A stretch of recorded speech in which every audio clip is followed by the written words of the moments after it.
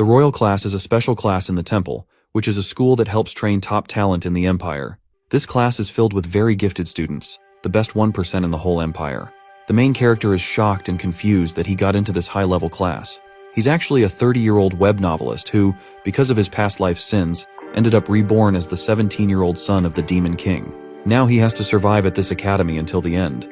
Strangely, this world is based on a novel he wrote with a doomed ending. Somehow, he now has to live past that ending and survive. The Demon World War is a long, fierce battle between demons and humans, meant to decide their fate. The war finally ends when the hero, Artorias, defeats the Demon King, Valier, bringing peace. But after such a hard, drawn-out conflict, the Empire needs to put great effort into training future talent. This leads to the creation of a special academy for the best students across the Empire, known as Temple. In Temple's royal class, a class filled only with highly talented geniuses, there is a boy named Ludwig.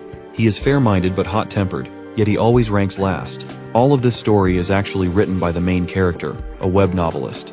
After he uploads it online, he gets so many hate comments that he suffers a heart attack and dies from high blood pressure. To his surprise, a Grim Reaper soon appears and gives him a strange, shocking choice to make. The Grim Reaper explains to him that when someone dies, they must atone for their major sins before entering heaven.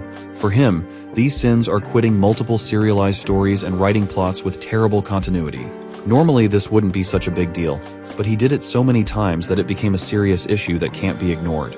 To atone, he must pick one of his completed novels, where he will be randomly reborn as one of its characters, and he has to survive until the end of the story. Realizing he has no choice, he goes through his list of completed novels and finds that all of them end far from happily. As he checks each one, he can already picture himself dying quickly in every single story. Then he comes across one of his novels titled The Demon King is Dead, a slice-of-life academy story set in a fantasy world. Compared to his other stories, it seems less dangerous, making it his best option, even though this was the very story that led to his death in the first place. Still, he figures he has a better chance of surviving here. Since he'll be reborn as a random character, he hopes he won't be the main character. He'd be happy as long as he's just one of the academy students. He tells the Grim Reaper his choice, and suddenly, he's transported into the story. As he glances around the classic-looking room, he realizes he's already inside his novel, and notices that he now has horns on his head. Suddenly, a status window appears, showing his information, and he realizes that the name Valier Jr. sounds oddly familiar. He also notices that he is labeled as the lowest-grade Demon King. Piecing it together, he remembers the novel's title, The Demon King is Dead, and realizes with shock that he is actually the Demon King in this story. Before he can process it all, a massive attack hits the royal castle with a powerful explosion, sending him flying across the room from the shockwave. Then, a quest window pops up, informing him that, with the Demon Realm army's defeat close, his mission is to escape the Demon King's castle alive. Since he's currently powerless, he has to flee to survive, and he'll earn achievement points if he makes it out safely. He can't believe what he's seeing, surrounded by the corpses of fallen demons. The reality sinks in. He has truly entered the novel he chose, just as he wanted. But instead of being a regular academy student, he's stuck in the heart of the crumbling demon realm, reborn as a character who never even appeared in the original story. He is now the prince of a collapsing demon realm on the brink of extinction. As he sprints through the castle with all his strength, he can't help but think the Grim Reaper tricked him. She'd made him believe this transmigration might actually be a reward, but now it feels more like a punishment. He wonders why he had to become the son of the Demon King, a character doomed to die from the story's very beginning. The reason the castle is exploding is because the Demon King and the hero are locked in their final battle. In the novel, both of them die here, and the war ends with a human victory. Realizing his grim situation as Prince Valier Jr., he knows that if he's caught, he'll be killed without hesitation. He glances at his status window still hovering beside him and checks his stats, which are far from impressive, especially considering he has no combat abilities at all. With no other options, he decides to try the castle's warehouse, hoping to find something useful. But as he steps inside, he sees it's mostly filled with junk. Just as he's about to lose hope, a magic scroll book catches his eye. He quickly opens it and finds a teleportation spell. Desperately, he tries to activate it, only to find it doesn't work. The spell is blocked by a movement magic barrier around the castle. Frustrated and feeling doomed, he considers whether begging for his life might work, though he knows it's hardly a realistic option. He flips through the magic scroll book again and finds a camouflage spell. Desperate, he decides to try it, transforming himself to look like a human prisoner, hoping it will be enough to fool anyone he encounters. His escape plan is to blend in as a prisoner, infiltrate the human group, and wait for the Imperial army to rescue him along with the other prisoners. He believes this is his best shot at getting out alive. However, as he reaches the area where the humans are held, he's horrified to find that they have been brutally killed. Shocked, he realizes that this gruesome scene was never in the novel he wrote, which was supposed to be a lighthearted, rom-com style story. Soon, Valere notices a blonde-haired girl sitting in the corner, crying softly. Feeling a bit awkward but knowing he needs to keep up his prisoner disguise, he approaches her. Trying to stay in character, he asks if she would like to come along and escape the castle with him. She looks up at him and, to his surprise, doesn't immediately reject him. Instead, she tells him to come sit next to her. A little confused, Valere does as she asks, feeling strange in the process. To ease the tension, he pulls out a biscuit from his pocket and offers it to her, asking if she would like to share it with him. The girl hesitates for a moment before nodding and taking a bite. As they sit there together in silence, the sounds of footsteps approach. The door to the prison opens, and guards enter, followed by a nobleman. Valere looks up, expecting trouble, but to his shock, the men bow deeply in front of the blonde girl. "Your Imperial Highness," they say, their voices filled with respect. Valere's heart skips a beat. The girl he had been talking to, this prisoner, is actually a princess. Her name is Charlotte de Gardias, the first princess of the Gardias Empire. At that very moment, a notification pops up on his status window. "Mission cleared," it says, followed by a reward, 100 achievement points. At the Imperial Army base, a group of armored knights stands assembled in front of the tents. Valere remains close to the Imperial princess, having been rescued alongside her by a noble lord. He tries to stay calm, but he's filled with worry. He's a demon in disguise, using a basic camouflage spell. If the princess's mage decides to cast a dispel spell to check for any curses placed by the Demon King, his identity will be exposed. He can't slip away either. Too many people are watching over him, ensuring his safety. What worries him even more is that the princess, Charlotte de Gardias, never appeared in the original story. He never wrote her as a character. Nearby, a knight named Sir Lance approaches, bowing politely as he informs the princess that they've managed only a modest meal. She assures him that it's enough, and he adds that they'll escort her back to the Imperial Palace as soon as Duke Solarian arrives. The princess expresses her gratitude to Valere for his actions back in the cell, leaving him slightly puzzled. He recalls doing very little, yet her appreciation seems heartfelt. She inquires about his origins, intending to arrange a safe journey back to his homeland. This unexpected question puts Valere on edge, and he scrambles to think of a plausible answer. As he searches his mind, it feels as though the names of familiar regions have slipped away, leaving him momentarily blank. He notices Sir Lance's sharp gaze fixed on him, a subtle impatience in his eyes. Feeling the pressure, Valere decides to feign memory loss. To his surprise, the princess readily believes him, her expression shifting to one of empathy, imagining the hardships he must have endured. With a gentle resolve, Princess Charlotte assures him of her commitment to help him until his memory returns. Valere responds with polite thanks. Sir Lance tries to caution the princess, hinting that she shouldn't promise Valere anything, but Valere knows her promise may be meaningless in the end. He realizes that, even if she wants to help him, she likely won't live long enough to do so. After all, he never included anything about prison cells in the Demon King's castle, and now he suspects that some unseen force has automatically filled in details to flesh out this world and make it feel logical. If the princess is indeed part of this mysterious backstory, Valere fears that her life is already in danger. He created Virtus, the Imperial Prince, to be ruthless and ambitious, a character who would do anything to secure the throne. Knowing how Virtus operates, Valere is almost certain that the prince won't allow his sister to survive. She's simply an obstacle to his rise. Valere feels an urge to warn the princess about the dangers surrounding her. He hopes that by winning her trust, she might stand by him when something unexpected occurs. Just then, Princess Charlotte asks Sir Lance to fetch the doctor, saying she feels a bit unwell, likely from eating too much. Sir Lance hesitates, voicing his concerns about leaving her alone, worried for her safety. She brushes off his concerns, insisting that with the Demon King dead, there's no danger. Reluctantly, Sir Lance leaves to find the doctor. As soon as they're alone, Valere notices a shift in the princess's demeanor. Her expression turns serious, more intense than before, and she addresses him in a tone he's never heard from her. She unexpectedly apologizes, her words formal and direct, and then, to his shock, she tells him that he will die because of her. Valere is stunned, struggling to process her words and the drastic change in her behavior, feeling as though the princess before him is someone completely different. The princess continues, explaining that if things remain as they are, her half-brother, Virtus, will likely have her killed soon. She suspects that many of the soldiers here are loyal to him, and their confining her to this camp likely means they don't want anyone outside knowing she survived her time in the Demon King's castle. Valier recalls that when they were rescued, they were both covered in thick, long robes, which would have made it difficult for others to identify them as survivors. The princess adds that the soldiers are probably awaiting orders on how to handle her, likely planning to kill her, and later claim she perished in the Demon King's castle. She warns Valier that he is at risk as well. If they kill her to erase any evidence of her survival, they will also eliminate him as a witness to her rescue, ensuring no one can contradict their story. Valier considers the possibility of seeking help from the knights, but the princess quickly dismisses the idea. She tells him it's no use. She doesn't believe there's anyone among them she can trust. Still, she reassures him, promising to stay by his side until his memory returns, determined to help him escape as well. She outlines a bold plan. They will find a way to escape the camp. Her tone is steady, but urgent as she explains that she'll create a distraction, buying him just enough time to make his move. There isn't much time, and she warns him that if he fails, it could cost them both their lives. Valier steps cautiously into a tent, his eyes darting around to ensure he isn't seen. Anxiety tugs at him as he wonders why the princess has given him such a challenging task so abruptly. Earlier, he'd asked Princess Charlotte if she truly intended for them to sneak out, to which she replied affirmatively, saying there was only one way to escape alive.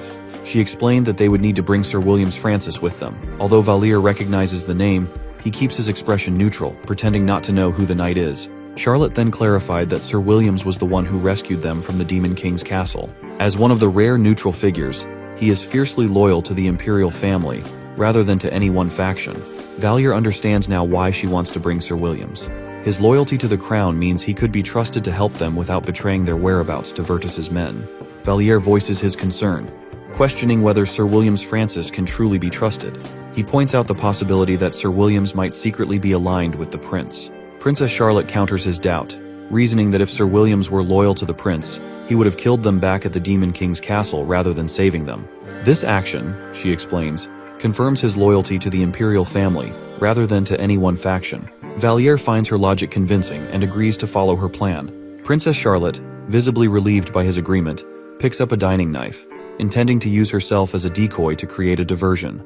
Alarmed, Valier insists they can't put her at such risk, arguing that it's too dangerous for her to draw attention. She calmly replies that she should be safe for now, at least until they receive explicit orders to deal with her. Princess Charlotte tells Valier to hurry because they don't have much time. Valier knows he can't back out now and has no choice but to go along with her plan. She walks out of the tent and asks the guards if she can look around the barracks. The guards seem nervous and try to stop her, but she insists that she is the imperial princess and has the right to inspect the base. She starts asking them questions to keep them busy while Valier sneaks out of the tent. Once outside, Valier feels confused. He doesn't know where to begin looking for Sir Williams Francis. The camp is big, and he has no idea where the knight might be. He looks around, hoping to spot someone who can help him find Sir Williams, but time is running out, and he knows he has to act fast. As Valier stands there trying to figure out his next move, a knight spots him and asks what he needs. Valier answers that he is looking for Sir Williams Francis. The knight looks at him and replies that Sir Williams has already left for the Demon King's castle, asking why Valier is looking for him. Valier is taken aback by this news, surprised to hear that Sir Williams is not around. The knight then explains that Sir Lance, the knight who had been with Princess Charlotte earlier, had requested Sir Williams to go help eliminate the remaining forces at the Demon King's castle. Valier is stunned. He knows Sir Lance is closely aligned with the princess, and he wonders if Sir Lance had anticipated something like this happening, even though he wasn't told about the princess's plan. The knight, noticing Valier's confusion, asks him why he wanted to speak with Sir Williams. He offers to help pass along a message if it's not something too confidential. Valier quickly tells the knight that it's an emergency and Sir Williams is in danger. The knight immediately reacts, saying they need to go and save him. But then, the knight stops and looks at Valier, clearly confused, asking what he means by that. Valier, realizing he needs to be honest, decides to tell the knight the truth. He admits that he doesn't know all the details, but someone is trying to harm both the princess and Sir Williams, and that's why they need to bring Sir Williams back right away. Valier hesitates, acknowledging that he's a stranger, and the knight might not trust him. To his surprise, the knight looks at him with a serious expression and says that even though he doesn't know who Valier is, he trusts him. Valier is not convinced and asks the knight why he is acting this way, since there seems to be no reason for it. The knight replies that there actually is a reason. He says that Valier sounds so desperate that he almost seems foolish. The knight also mentions that he has a feeling this situation might happen. He explains that Sir Williams expects something like this and has ordered the knight to be ready, as someone might come looking for him. Valier is shocked by what he hears and starts to wonder if Sir Williams knows about the hardships the princess might face. But then, he thinks to himself, if Sir Williams knows all of this, Why does he leave the princess behind and go to the Demon King's castle? He should stay by her side. Dyrus then asks Valier if they are ready to go, and he also asks if Valier has ever ridden a horse before. Valier immediately replies that he has never ridden one. With that, they both walk over to Dyrus's horse. Dyrus introduces himself to Valier, saying his name is Dyrus. At the same time, Sir Lance is watching them from behind a tent. Dyrus and Valier are seen riding the horse together. As they ride, Valier notices some demons that are captured. He asks Dyrus about them, and Dyrus explains that they are prisoners. He says that this means the demons have been captured, and they could either be remnants of the enemy forces or non-combatants who weren't fighting. Dyrus goes on to say that they are still searching for more demons around the castle. The captured demons will likely be taken to headquarters and executed soon after. Valier realizes that he might have ended up like those demons as well, captured and imprisoned. Soon, they arrive at the checkpoint, where they meet some knights. Sir Dyrus salutes them and introduces himself. He then explains that Valier has an urgent message for Sir Williams. The knight looks surprised when he hears this, and replies that he just received a report. The report says that Sir Williams was killed by remnant demon forces during a reconnaissance mission. Valier is shocked by what he hears. He wonders if Sir Williams is really dead, killed in action as the report says. The knight, his face filled with sorrow, curses the demons as he expresses his grief over Sir Williams's death. Valier, standing nearby, realizes that with Sir Williams gone, there is no one left to help Princess Charlotte. This realization weighs heavily on him. The knight then asks Valier if there is anything he needs to know about the message. Sir Dyrus, who had been quiet up until now, immediately replies that the message was supposed to be relayed personally to Sir Williams. With that, they are given permission to head back. As they walk, Valier is deeply troubled. He feels a sense of unease. Remembering how everything seemed to be going too well earlier, something doesn't sit right with him. He wonders if it's true that Sir Williams was killed by remnants of the demon forces, but he can't believe it. He knows that Virtus, the Imperial Prince, wants Princess Charlotte dead. If she truly escaped from the Demon King's castle, Virtus would do everything to cover up that fact. He would make sure to eliminate all witnesses. And since Sir Williams was one of those witnesses, it becomes clear to Valier that Sir Williams must have been lured into the Demon King's castle so that he could be killed, making it all part of a larger, more sinister plan. Valier, feeling the weight of the situation, continues to wonder what he should do next. He doesn't want to give up yet, but the odds seem overwhelming. Sir Dyrus, sensing Valier's hesitation, finally tells him it's time to be honest. He urges Valier to explain why Sir Williams is in danger and how Princess Charlotte is involved. Valier hesitates, unsure whether he can trust Sir Dyrus. Charlotte had warned him that most of the Imperial forces are loyal to Virtus, and he's uncertain if Sir Dyrus might be one of them, even if he's a higher-ranking knight. Valier doesn't know if Dyrus has connections with the low-ranking officers who could be loyal to Virtus. But with no one else to turn to, Valier decides to tell Dyrus everything. He explains the truth, that Sir Williams is likely dead because of a betrayal from their own knights, not demons, and that the princess is in grave danger. Dyrus listens carefully and, after hearing everything, confirms his understanding of the situation. He acknowledges the possibility that Sir Williams was killed by their own men. Then, to Valier's surprise, Dyrus states that he will support the princess. He explains that he belongs to Williams' company and feels a strong obligation to help. Valier, though still uncertain about trusting him completely, agrees. He figures Dyrus could still be useful, especially if he can help with the escape. In this dangerous situation, Valier knows they need all the help they can get, even if he can't fully trust the knight yet. As Dyrus suggests that they should head back, Valier stops him, his mind racing with an idea. He tells Dyrus to wait, proposing they head to the demon supply storage to loot anything that could help them escape. Dyrus, though uncertain, follows his lead as Valier insists that, despite the storage being mostly ransacked, there might still be something useful if they look hard enough. They make their way to the storage, and Valier's instincts guide them to a few hidden items that could prove valuable. After some searching, Valier finds a scroll for mass teleportation, along with several other scrolls bundled together in a book. He knows these will be crucial for their escape, so they gather them up. Valier feels a sense of relief, knowing that this could be their ticket out of the camp. However, as they prepare to leave the storage, Sir Dyrus notices something strange. He's puzzled by how Valier knew exactly where to find the scrolls, especially considering that Valier had claimed to be a prisoner.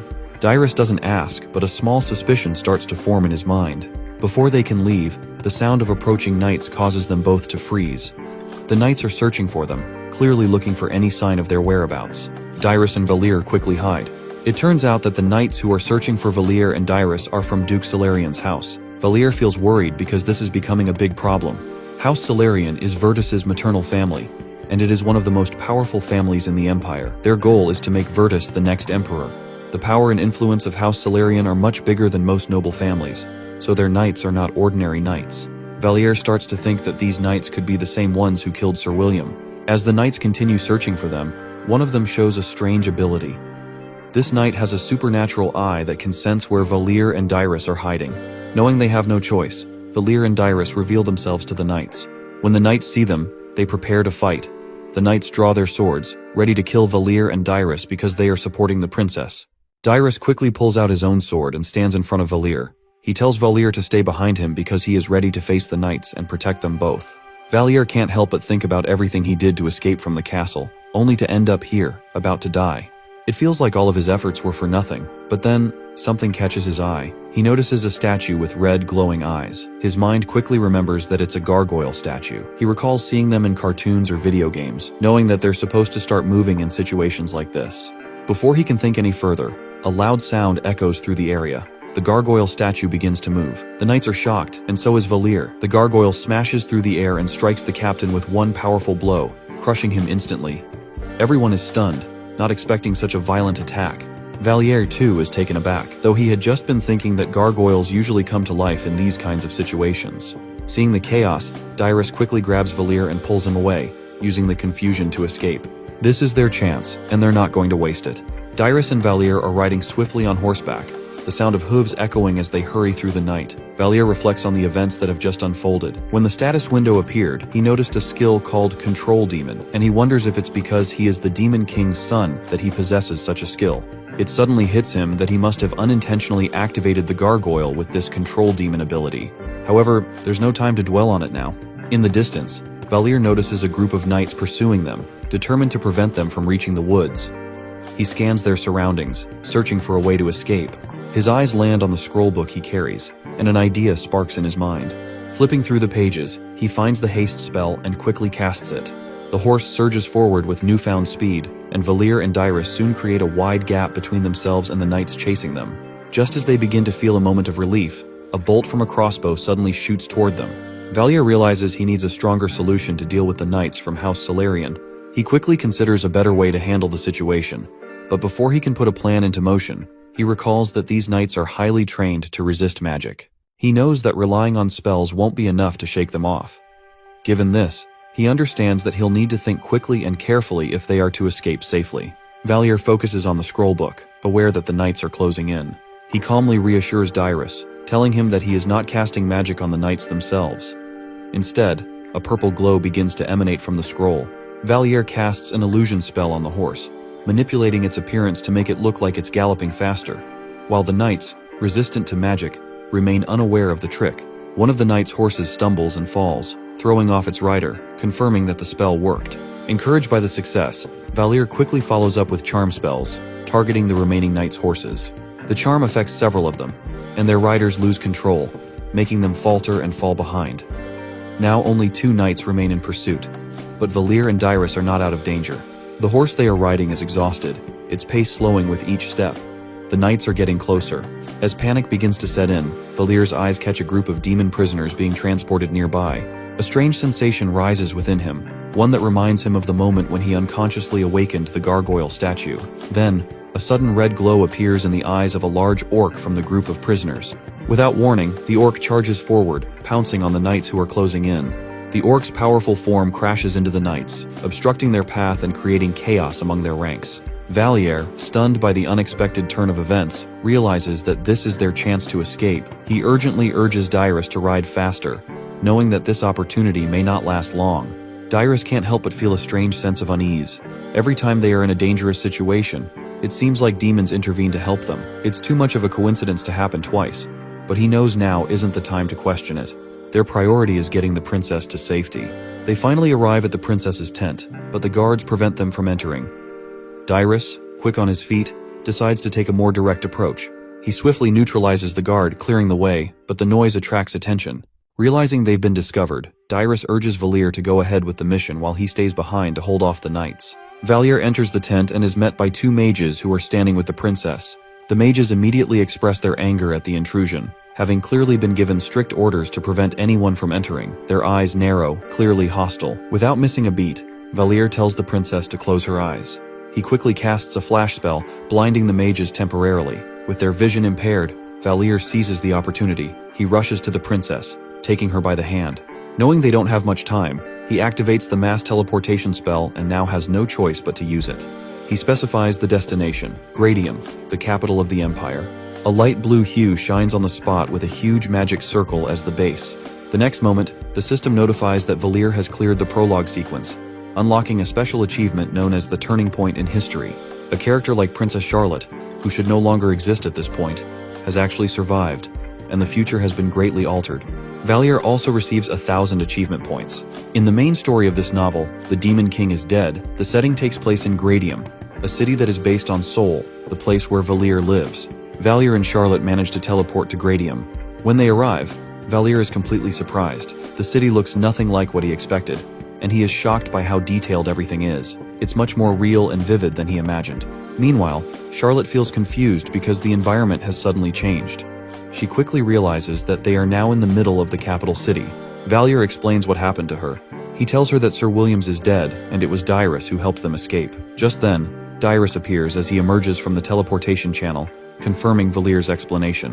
Valier feels relieved that the plan went as expected. Dyrus successfully escapes with the teleportation scroll, just like they had hoped. Afterward, Dyrus properly introduces himself to Princess Charlotte. He then begins to explain everything that happened, including how they managed to infiltrate the Demon King's castle, gather some scrolls, and how they were saved by an unexpected intervention from the demons. As Dyrus continues, Princess Charlotte grows suspicious. The story seems odd, and she can't help but glance at Valier, who also feels that something doesn't add up. After walking through the market square for a bit, Valier suddenly slips away from the crowd. He finds a quiet spot to sit and begins to think about his situation. He feels frustrated by his inability to buy food or anything else, wishing he had known more about the world. He even thinks to himself that he could have added a setting to the game system, like demons can live off mana alone, if he had anticipated this. To his surprise, a notification appears in his system window. It tells him that he can indeed add this setting to the game system, but it would require 100,000 achievement points to do so.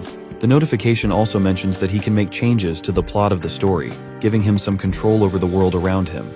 Along with this, a list of active challenges appears, each one nearly impossible for him to complete at the moment. However, these challenges offer a way for him to earn achievement points. However, Valier is not allowed to undermine the plot of the story. Any attempts to do so will result in penalties, deducting achievement points from him. This rule makes him cautious about how he interacts with the world around him.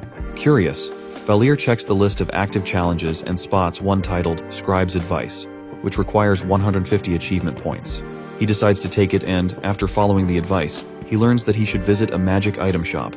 Thinking that he might need to sell the scrolls he has found in order to survive, Valier heads to the nearest shop. When he arrives, he tries to sell the scrolls, but to his surprise, the shopkeeper immediately chases him away. It feels as though the shopkeeper believes he is trying to scam them with fake scrolls. Valier finds this behavior odd and wonders why the scrolls are being treated with such suspicion. Not discouraged, he moves on to another shop. This time he shows the scroll to the shopkeeper, who seems intrigued. The shop owner asks him if he can try tracing another scroll, commenting that Valier draws pretty well. If he can do that, they could split the profits from selling the scrolls in half. The shop owner then adds that if Valier can finish tracing the scroll by the next day, he will be paid 5 silver coins. Valier agrees, although he can't help but wonder why nobody seems to recognize the scrolls he looted from the Demon King's castle. Feeling suspicious, he decides to try one more shop. If they still don't recognize the scrolls, he'll just sell the fireball scroll and call it a day. He heads to another shop, and when he enters, he finds the place to be messy and empty. However, as he looks around, a red-haired lady walks in behind him and asks if he is a customer. Valier responds that he wants to sell some scrolls. She tells him that she doesn't buy scrolls, but she can't just let him leave with them either. Instead, she offers to pay him 2 gold coins, but when she sees the scrolls, her expression changes. She becomes serious, and her eyes lock onto him.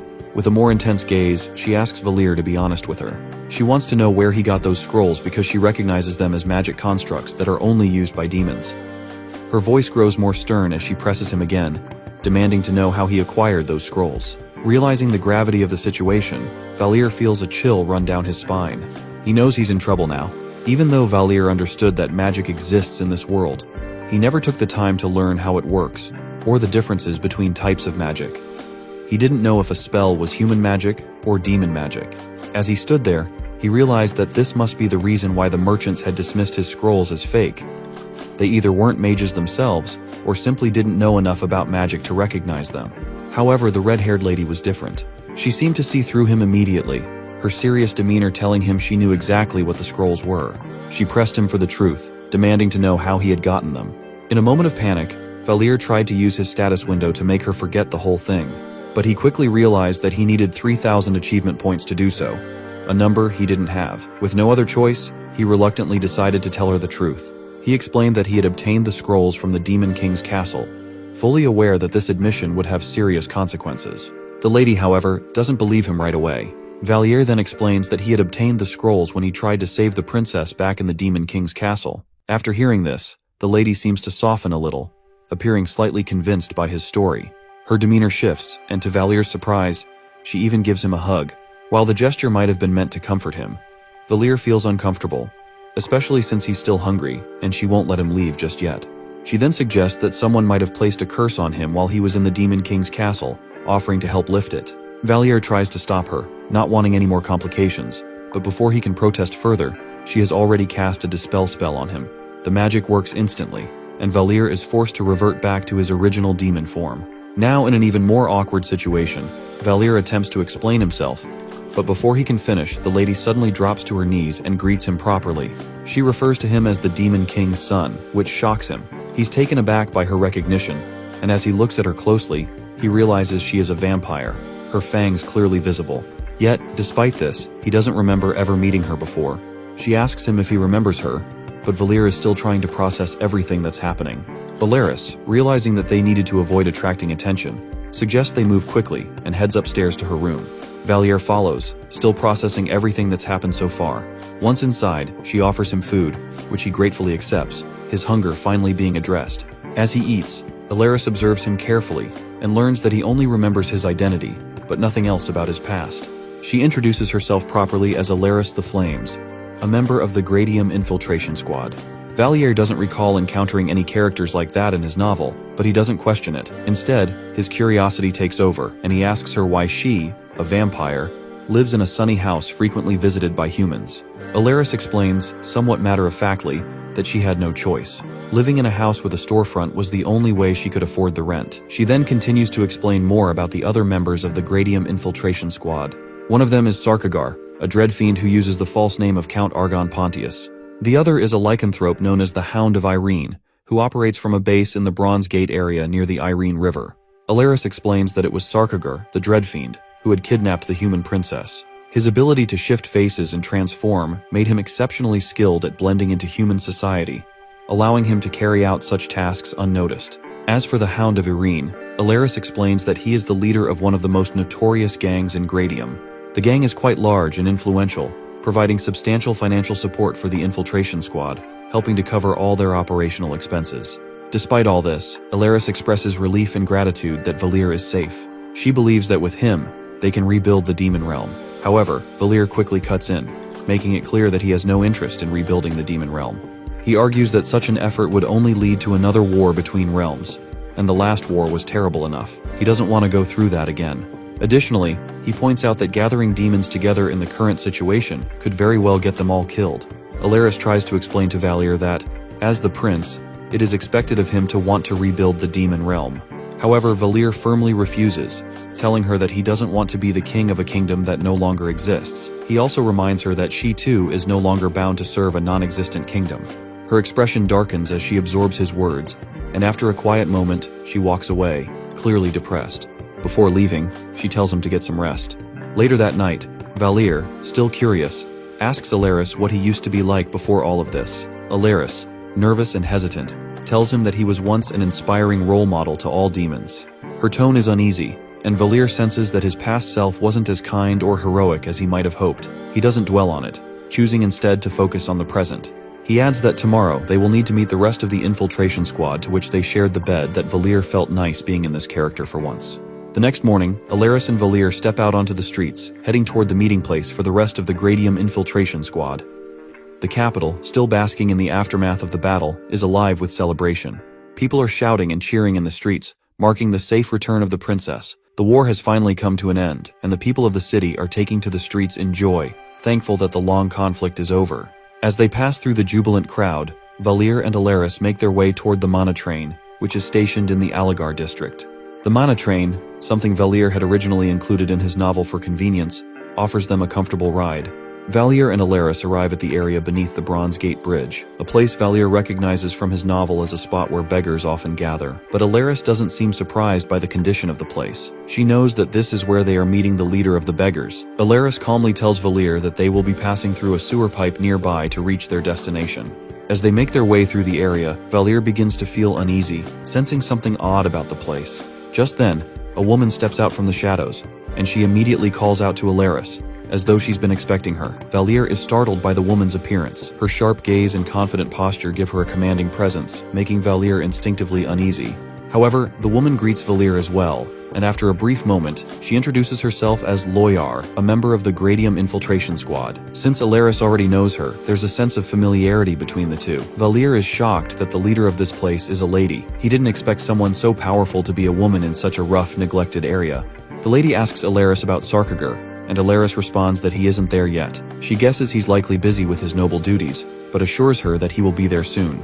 However, Alaris decides to share something with the lady, Loyar. She tells her that Valir doesn't remember anything except who he was. Loyar looks at Valir, stunned by this revelation, and asks him for confirmation. Valir nods, agreeing that he has no recollection of anything beyond his identity. Loyar reacts with a mix of relief and surprise. She is happy about this memory loss, as she knows how Valir used to treat her poorly in the past. She hopes that, without his memories, he won't be able to mistreat her in the same way. Valir doesn't realize that his past behavior was so harsh, and he sincerely apologizes to Loyar, hoping they can start working things out from this point forward.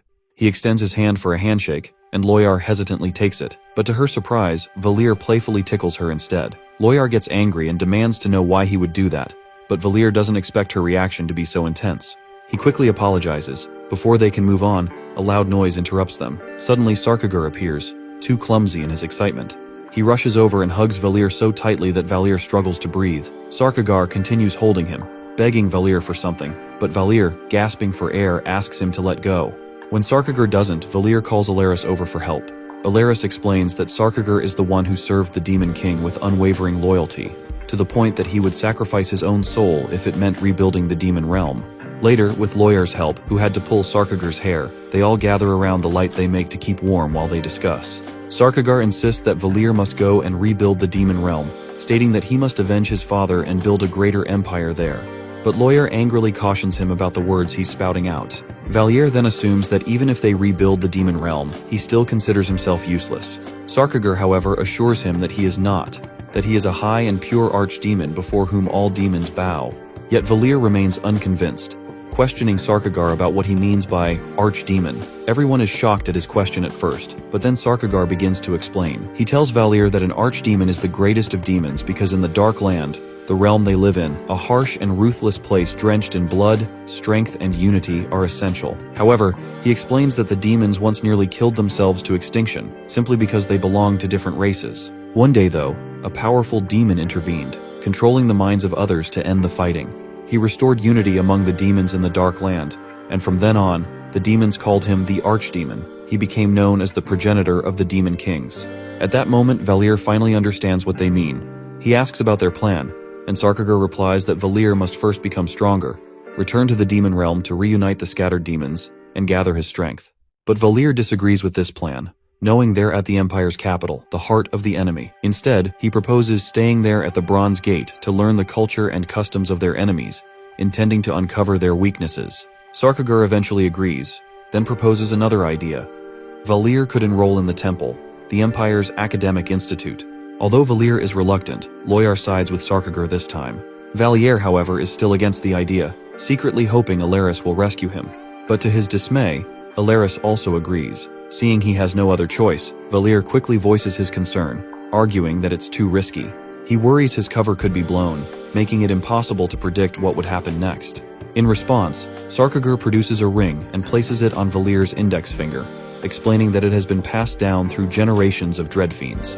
He tells Valir that it will help him transform into any form he wishes. Sarkagir also reminds him that the glory of the Demon Empire will soon be theirs. Since they decide that Valir will study at the temple, they initially consider using one of Alaris or Sarkagir's fake identities for his enrollment.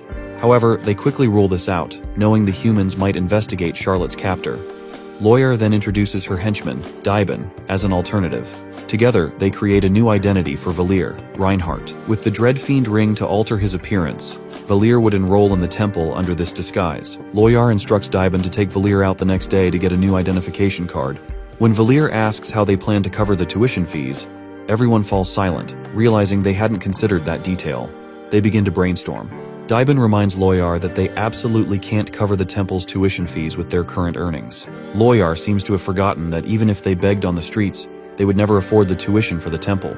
The temple, known as Garcia's Temple, is the most prestigious academic institution on the continent. It's where the young nobles from the most influential families come to study and socialize.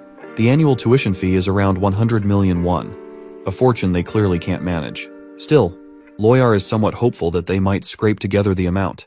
Daiben then suggests that if she's serious, she could consider making it possible by reducing the amount she takes from the club funds. Valier is taken aback when he hears about a club. He thought they only sold packs of guns, so he becomes curious about their business. Loyar, however, is unwilling to reduce her take from the funds, knowing that it would put their business at risk. But Daiben insists that it's their only option. Valier then suggests a plan. He only needs the first semester's tuition fee. He explains that he could earn a scholarship as the Empire is searching for future warriors to replace those who have fallen. If he proves his potential, he might be exempted from paying any fees. He's aware that the temple waives tuition for exceptionally talented individuals, and although he might be a low-level demon king, he's still an archdemon. Confident he'll find his talent once he's there, he decides that, if needed, he can use achievement points to unlock a talent. Loyar, impressed by his confidence, agrees to the plan. Daiben, however, notes that they still don't have enough to cover even that one semester. Valier, observing this, suggests they change tactics and start reaching out to customers directly if they aren't coming to them. He proposes a new idea, seeking customers along the Mana Train route, a place with high loot traffic and a quick escape route in case things go wrong. Valier suggests they could sell toys on the train, not even high-quality ones, as parents would likely buy them just to keep their kids from screaming. Daiben immediately agrees, but Loyar becomes angry that Daiben let Valir overhear the plan. Grateful to Valir for the idea, Daiben introduces him to the other gang members, and in celebration, they start pouring drinks.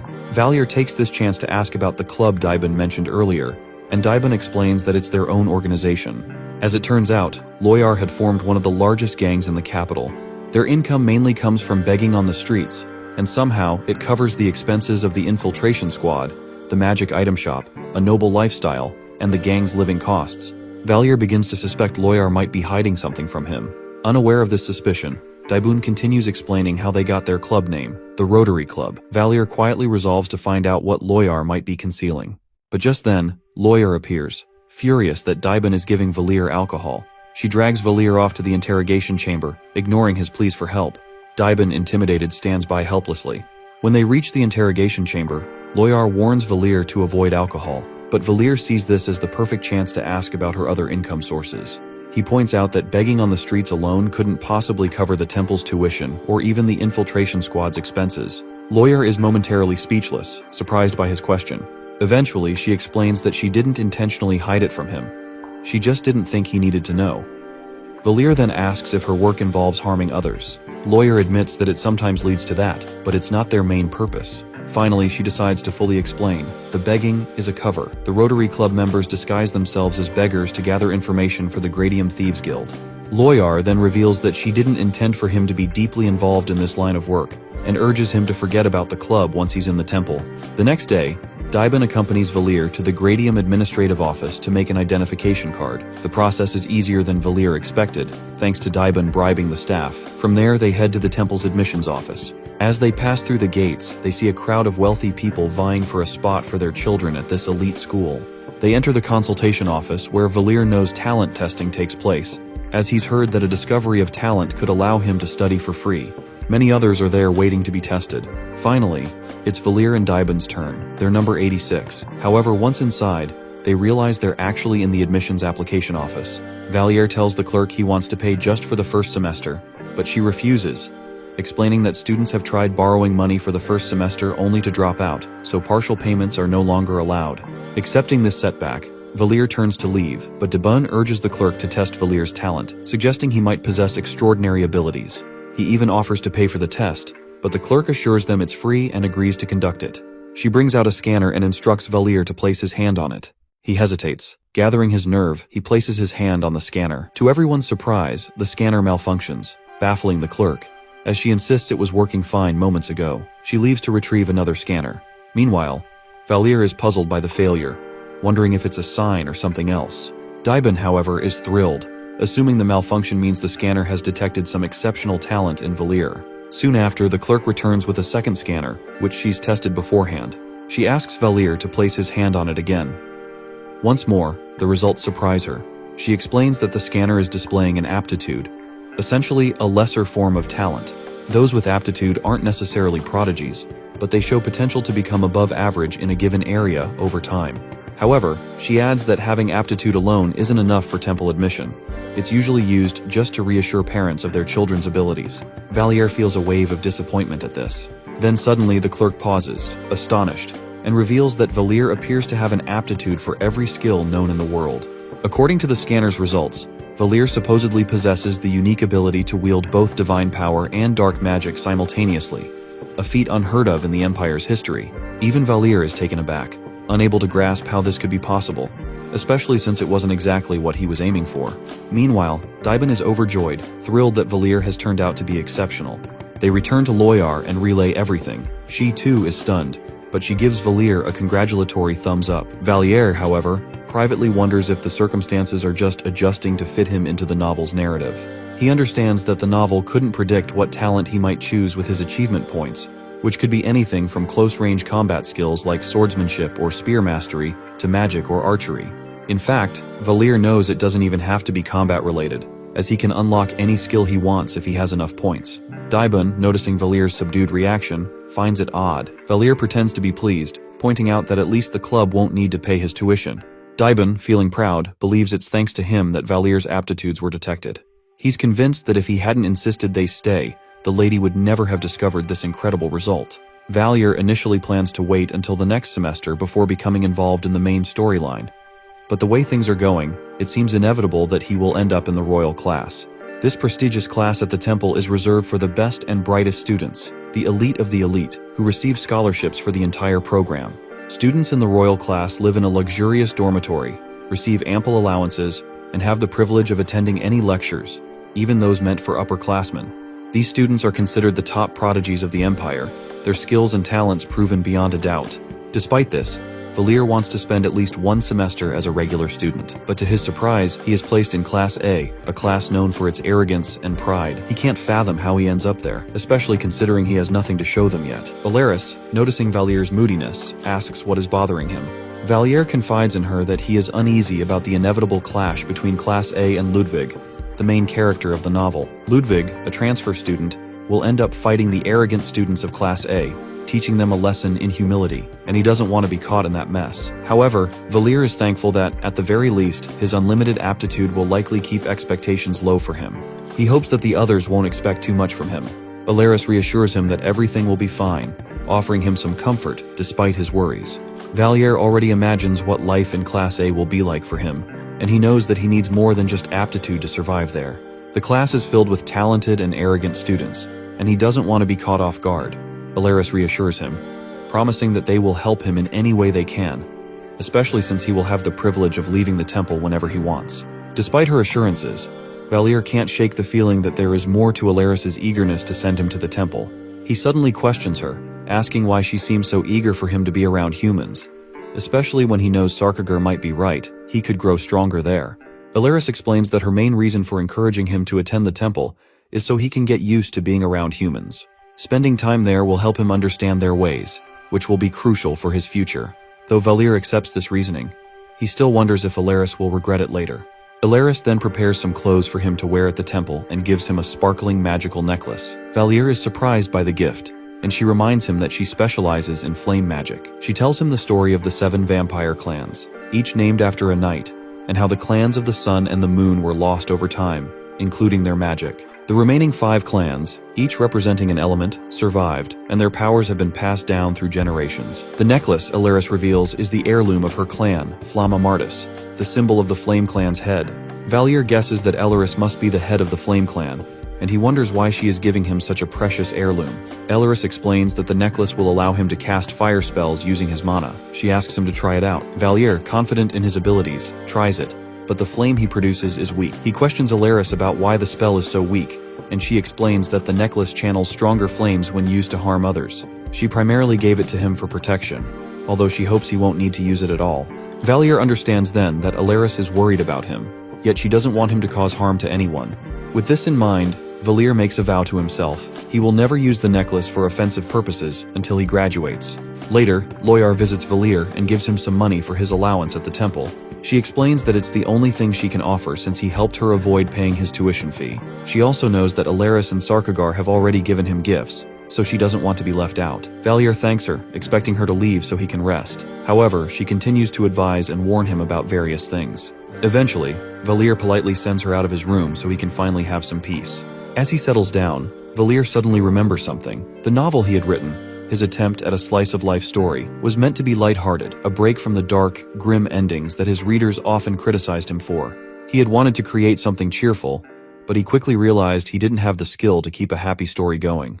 Without enough incidents or plot twists, the story's cheerfulness started to fade, and the novel lost its initial spark. Valier tries to recall the details of how the story progressed, but his memory is fuzzy, especially toward the end.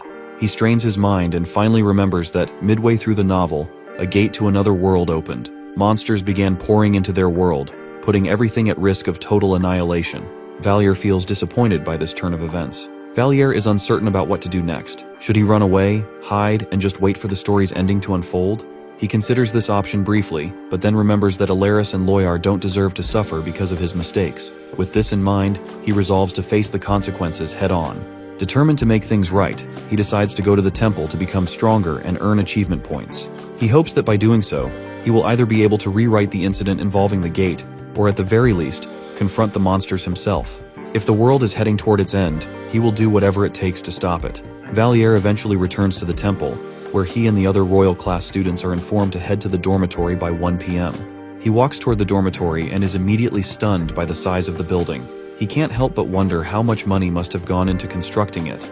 Inside, it's even more impressive, spacious and elegant to the point that Valier doubts he'll even be able to find his room among the vastness. As he's looking around, a girl calls out to him. Turning around, Valier sees her offering a handshake, which he reciprocates. She introduces herself as Ceres Van Owen, the student president of the royal class. After looking at his student verification card, she offers to help him locate his room. She notices that his card has no last name, but addresses him by the name on the card anyway. Owen tells Valier that during the orientation program, she will explain everything he needs to know as a first-year student. She insists that he attend, and Valier thanks her before heading off to find his room. When Valier arrives at his room, he's surprised to find it locked, but he quickly recalls how to open it, remembering the details from the story. As the door creaks open, he is shocked by the immense size of the room. It feels more like a private suite than a student dormitory. He stands there, surprised, but soon notices a box placed on the ground. Curious, he opens it and finds a map of the temple, dormitory guidelines, some snacks, a book, and a pen inside. Valier, now with some free time, takes the opportunity to make a list of the characters he remembers from Class A and Class B. As he's jotting down names, he hears an announcement calling all students to gather in the central lobby. Though he wishes he had more time to recall additional names, he reluctantly puts the list aside and heads toward the lobby. On his way there, Valier looks up and notices a group of guys standing upstairs watching him. He wonders if they are upperclassmen of the royal class based on the way they're observing him, but he decides not to dwell on it. He continues on his way, eager to get to the lobby. Just as he's about to reach the entrance, a guy accidentally steps on his foot. Valier reacts angrily, but the guy immediately apologizes. Calming down, Valier listens as the guy introduces himself as Ludwig. Valier is surprised, realizing that things are starting to feel real now that he's met the main character of the novel. They walk to the central lobby together, where Owen instructs them to take their seats. Valier is unsure where to sit since he's the last numbered student in Class A. As he's about to settle in, some students from Class A notice him and start asking if he's the one with the rumored unlimited aptitude. They tease him, mocking his appearance, and wonder aloud why someone like him would be placed in Class A. Valier feels embarrassed but tries to brush it off. The introductions begin, starting with the students of Class A. The first person to introduce himself is Virtus, and Valier is taken aback. He remembers that in the novel, Virtus had hidden his identity, but here, he's openly introducing himself. Valier can't help but wonder why Virtus would act differently from what he recalled. After all the students in Class A introduce themselves, the focus shifts to Class B. When the first girl, Charlotte, stands up to introduce herself, Valier's concern deepens. He remembers that Charlotte shouldn't even be in Class B, and he begins to feel uneasy about the direction things are taking. Valier feels a growing unease as he watches Virtus and Charlotte, two members of the imperial family, stand among the royal class. Virtus, as the eldest son of the emperor, has the potential to wield tremendous power. If he graduates from the royal class with excellent grades, it will solidify his authority and influence, granting him an untouchable position in the empire. The weight of this achievement would not only come from his royal blood but from his proven skills, making him a formidable figure. Valier, however, is disturbed by Virtus's early appearance in the royal class. This is not how the plot was supposed to unfold. In his novel, Virtus was meant to stay in the background, quietly building his power before revealing himself. The fact that he has made himself known so soon changes everything. Virtus is supposed to be the hidden villain, operating in the shadows, but instead, he's stepping into the light, signaling his ambition from the very beginning. Charlotte's presence in the same class only adds to the confusion. She was never supposed to be in the royal class, let alone share it with her brother. This deviation from the plot unsettles Valier even more. He wonders if something he did, perhaps surviving alongside the princess, caused this shift. The timeline seems to have been altered in ways he can't fully grasp. Valier tries to make sense of it all. This was not the direction Valier envisioned for the character. But now, with Virtus already making his move, Valier knows things are shifting in ways he can't control. Charlotte, too, seems to be an anomaly. Her presence in the royal class is something Valier never planned, and it makes the situation even more complex. The unease that settled in him when he first saw her has only grown stronger, and now he feels like the story is no longer his to guide. Then, Owen states the rules of the temple. No discrimination will be tolerated, and all students should consider each other equal regardless of their levels. Failure to abide by these rules will attract punishment, which could include expulsion from the school. Afterward, Owen decides to read a letter from the imperial family, even though such letters are usually not allowed. She simply wants to make an exception. The letter serves as a warning to Virtus and Charlotte to be considerate of their positions, urging them not to compete harshly against each other, as doing so might deprive them of their right to the throne. When Valier hears the announcement, he hopes that it will prevent the prince and princess from fighting, at least for now. After the announcement, they are dismissed, but there's a guy among them named Erhi, who tries to acknowledge Virtus as the prince. However, Virtus refuses, mindful of the warning given in the letter. He doesn't want to make any moves that could attract unwanted attention or cause trouble for the imperial family. After discussing for a while with Erhi, Virtus leaves and heads toward a girl in Class A. She is the one who should have been in the first place, but Virtus was placed there instead. As a result, she is in second place. Virtus approaches her to apologize for taking her position, but the girl, whose name is Ellen, doesn't seem to care much about his apology. She leaves his presence without saying much. Valier, however, sees no reason why Virtus should even bother to apologize. It seems like a gesture meant to maintain his princely demeanor, but Valier finds it unnecessary. Ellen's full name is Ellen Artorius, and she is the sister of Regan Artorius, the legendary warrior who sacrificed himself to defeat the Demon King. Meanwhile, where Erhi, Virtus, and others are standing, Ludwig approaches them and introduces himself. Instead of returning the greeting, the Class A students look at him with disgust and hatred. This reaction confirms to Valier that everything is unfolding according to the novel's plot. Ludwig, the main character, has just become the target of Class A's disdain. When Ludwig sees that he is not welcomed by the Class A students, he decides to approach Valier, who he had already met earlier. Ludwig, feeling a bit isolated, asks Valier if they could be friends. Valier, without hesitation, agrees, and they shake hands, smiling at the start of what seems like an unlikely friendship. However, Harriet, the fourth student in Class A, is furious at the sight of Valier associating with Ludwig, a student from Class B. She doesn't take kindly to this and is visibly angry, but Ludwig, unaware of her disdain, tries to be friendly with her as well. To his surprise, instead of receiving a warm greeting, he gets a hot slap from Harriet.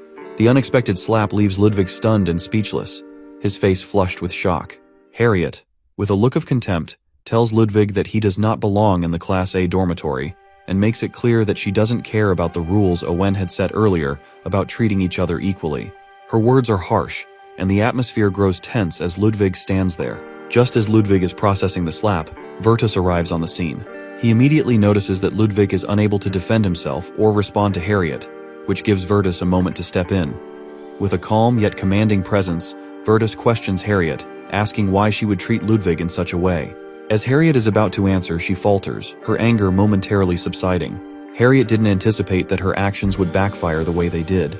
Her intention was to gain favor with Virtus by humiliating Ludwig, but she soon realized that her plan had only made things worse.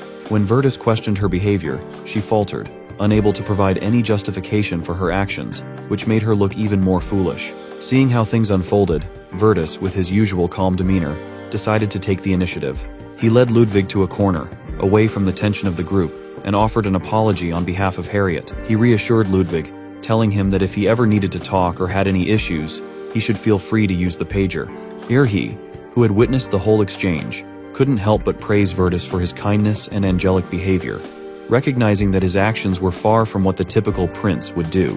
Meanwhile, the first day at the temple came to an end, and Valir was in for a surprise. He was awarded 100 achievement points simply for completing the day, which shocked him. He had barely done anything, just watched Ludwig get shouted at and deal with the drama, and yet, here he was with points.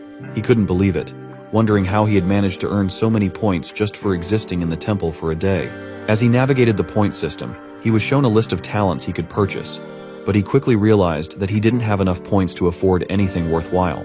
Disheartened, Valir briefly considered that he might never be able to afford the talents he truly wanted. But then, his eyes caught something interesting: supernatural powers, which didn't require any points. Curious, Valir clicked on the category, expecting something powerful, but instead found that the supernatural powers listed seemed weak and unimpressive. They were far from what he was hoping for, and he couldn't shake the feeling that they wouldn't be useful for much. While magic powers were what he really desired, the reality was that he couldn't afford any of them with his current point total. Valir, after considering the options, decides to focus on gathering achievement points for now. The royal class students have a separate matriculation ceremony from the other temple students, but it turns out to be surprisingly simple. The head teacher introduces the homeroom teachers for each class, and then the students are given a brief tour of the lecture halls in the building next to the dormitory. It's a brief yet essential introduction to the temple's layout, giving the students a chance to familiarize themselves with where they'll be spending most of their time. When Class A gathers in their classroom, their homeroom teacher, Effenhauser, appears before them. He introduces himself in a formal manner and immediately lays down the structure for their schedule. Mondays and Thursdays are the days they attend lectures together as a class, while Tuesdays, Wednesdays, and Fridays are designated as days when students can choose their own lectures, attending those that fit their individual interests or goals. As part of the class organization, Virtus, the temporary leader of Class A, is assigned the responsibility of being the point of contact for any issues or grievances that the other students might have. The teacher makes it clear that if the class ever wishes to change the leader, they can discuss it amongst themselves and inform him, giving the students a sense of autonomy and involvement in their leadership. However, it's also understood that any instructions from Effenhauser will be passed down through Virtus, reinforcing his temporary leadership role. The teacher makes one exception to the rule about the student's conduct. He must be called immediately if a fight breaks out, not Virtus. He explains the importance of preventing students from killing each other and stresses the need for everyone to stay vigilant and wary of one another. The class listens closely, the tension palpable in the air. One of the students raises a question, asking what would happen if they called for the teacher. He answers without hesitation, assuring them that he would be extra cautious about the situation. Then, with a serious expression, he adds that he holds the authority to eliminate any student on the spot if necessary. The room goes silent, and a wave of fear sweeps through the students. I've been the homeroom teacher here for 10 years. His words carry a weight that makes everyone uncomfortable, further solidifying the gravity of the situation. With the unsettling atmosphere lingering, the teacher decides to take his leave. However, he unexpectedly calls Valir to follow him. Valir's heart skips a beat, wondering why he is being singled out. Despite his apprehension, he follows the teacher to his office, unable to refuse. Once inside, the teacher gets straight to the point. He tells Valir that, unlike his classmates, he doesn't seem to have any notable talents. The teacher asks Valir how he plans to approach this issue, or if there is any skill he would like to learn. The teacher makes it clear that the skill doesn't necessarily have to be a specialty, but he expects Valir to be proactive. Valir, unsure of how to respond, takes a moment to think. He has no clear path in mind, but soon realizes that, of all the skills available to him, learning supernatural powers might be the most efficient. It could give him the edge he needs to survive in this world. So, he tells the teacher his choice. However, Valir notices the teacher's reaction to his decision. The man seems less than pleased to hear that Valir wants to pursue supernatural powers. After a brief pause, the teacher explains why. Students without proven supernatural abilities are generally not allowed to attend lectures on the subject. The only exceptions are students from the royal class. The teacher expresses concern, warning Valir that if he cannot prove his powers, he may be chased out of the lecture room. Despite the exception, there's a risk, and the teacher doesn't want Valier to be embarrassed or left out. Later, the teacher surprises Valier by volunteering to give him a private lecture on supernatural powers. He hands Valier a timetable for the semester, explaining that no changes can be made. As they discuss the subject, the teacher makes it clear that supernatural powers are rarely gained through mere effort. Instead, they come with intrinsic abilities, and those who possess them don't need to work as hard to develop them. The teacher advises Valier to try focusing on something else, something he might have an aptitude for, instead of fixating on supernatural powers. Valier appreciates the teacher's guidance, even if it's not exactly what he wanted to hear, and leaves the office, pondering the advice. As he walks toward his next class, Valier can't help but think that the teacher seems kinder than he originally anticipated. There's a sense of understanding in the teacher's words, and while it's not the direct help he had hoped for, it's still guidance in its own way. But when Valier enters the classroom, his thoughts quickly shift. He is greeted by the stares of his classmates, all of them scrutinizing him with harsh eyes. Before he can even settle in, whispers start to fill the room, and Valier realizes that someone must have already figured out that he doesn't have any talent. The mockery begins almost immediately, and Valier can't escape the rising tension in the air. His classmates start to make cruel comments, questioning why someone without talent would be placed in the royal class. He tells Valier that he has no talent and believes Valier shouldn't have been accepted into the academy, especially not into Class A. According to him, someone without talent would belong in Class B, not Class A, which is known for its students' abilities. Valier calls him a jerk and asks, sarcastically, if that's why he was acting friendly with B10 the other day. As Valier stands up, they now face each other, close enough to feel each other's breath. Surprised, the other person asks if Valier is talking to him. Before he can reply, Valier, standing angrily, says he didn't give himself the admission and hasn't bribed anyone. He applied like all the other students. If the other person has an issue, he should take it up with the admission office, not bother him. Valier points out that he might have a lot of mana, but he lacks the ability to control it. The other person, now scared, starts to bend down, his eyes turning red. Valier finishes his sentence by telling him to stop calling him a jerk, or he will regret it. The boy quickly walks back to his seat and his friends gather around him, asking what happened. As they talk, Valier overhears the male students gossiping, saying he has no talent and a bad temper. Valier knows this is what they'll think of him now. At first, he feels upset, but then he decides to embrace the image they've given him, the talentless, nasty person. Later, in the school's eating hall, while everyone is having their meals, Kair, the guy he argued with last time, notices that Valier has been watching him. Valier, feeling bad about the argument, starts blaming himself. He realizes his bad attitude has made everyone think he's nasty, and now even his classmates are ignoring him at the table. Charlotte, a girl with mana attunement and mana operation, is talking with Harriet about how they could study together. She believes they have a lot in common.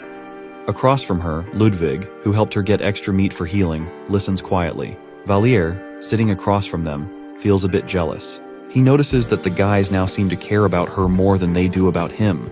When the meal ends, everyone is told they have to run 20 laps as part of their training. Valier can't believe it. He just finished eating and now he has to run. He wonders why a mage needs this kind of physical training. As he thinks about it, Ludwig walks up beside him and sarcastically says he shouldn't get tired since the laps aren't that many. Valier can't believe what he's hearing.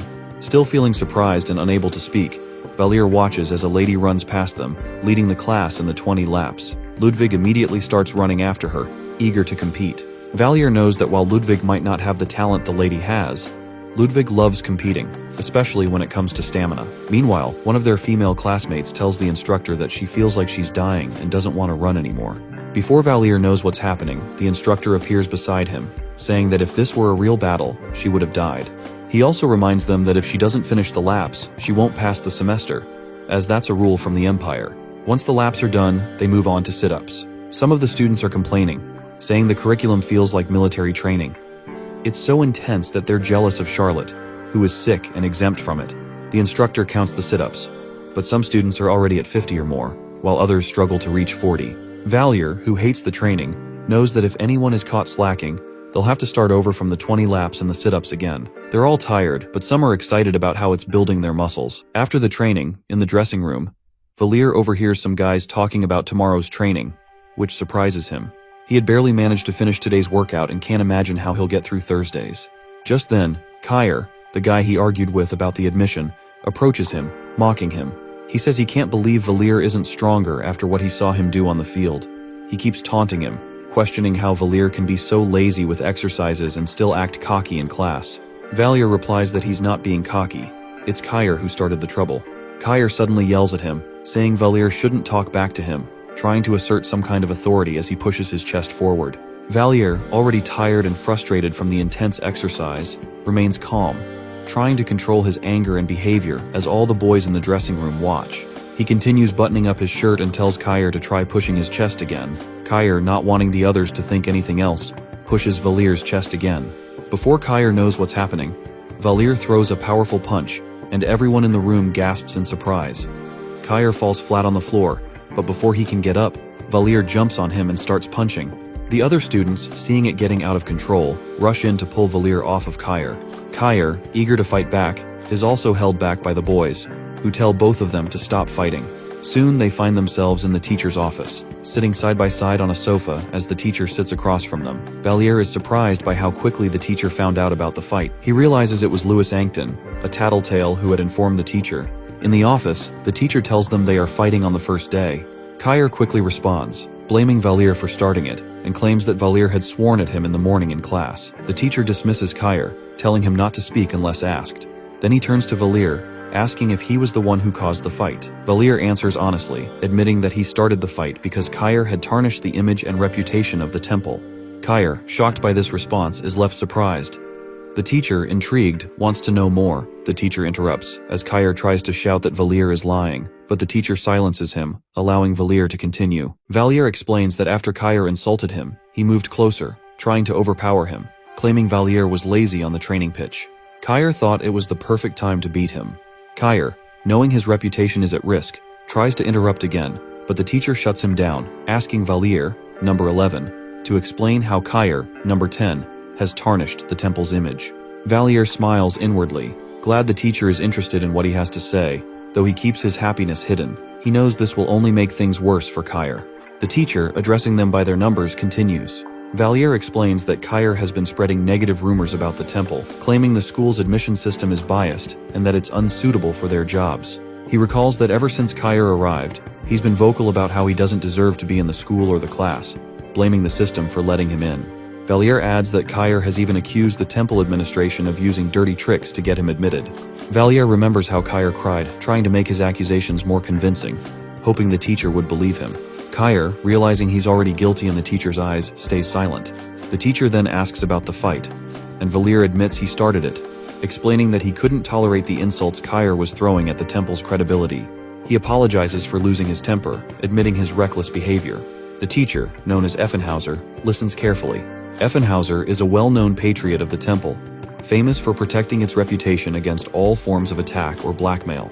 Effenhauser, a longtime member of the temple known for his kindness and sense of justice, tells Valier, number 11, to return to class, while Kair, number 10, is told to stay put. The teacher seems to think that maybe Valier misinterpreted Kair's words, and that Kair might not have meant all the things he said. Valier leaves the office, heading back to class, and as he walks down the hallway, he notices many students peeking at him through the windows. He knows that by now the whole class, especially Class A and B, must have heard about the fight.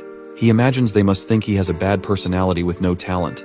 He receives a notification on his screen, informing him that his challenge has been completed, and he has earned 200 achievement points. Another challenge appears, instructing him to take first place in the upcoming fitness exam. Valier is surprised. He knows that Ludwig and Ellen have been fighting for first place in fitness training ever since it started. He thinks to himself that the only way he could win first place would be if he broke Ludwig or Ellen's legs. Another challenge appears, instructing him to be in the top 10 for the midterm exam, which would earn him 3,000 points. Just as he's finishing reading the challenges, another one pops up. This one is about getting a girl to confess to him before the semester ends. Valier dismisses it, feeling frustrated. He can't believe that even though he couldn't manage this in his previous year, he's expected to do it now. There are other smaller challenges too. Valier feels overwhelmed by the number of challenges, but before he can think too much more about them, Effenhauser enters the classroom, startling Valier and the rest of the class. Kair follows, heading straight to his seat.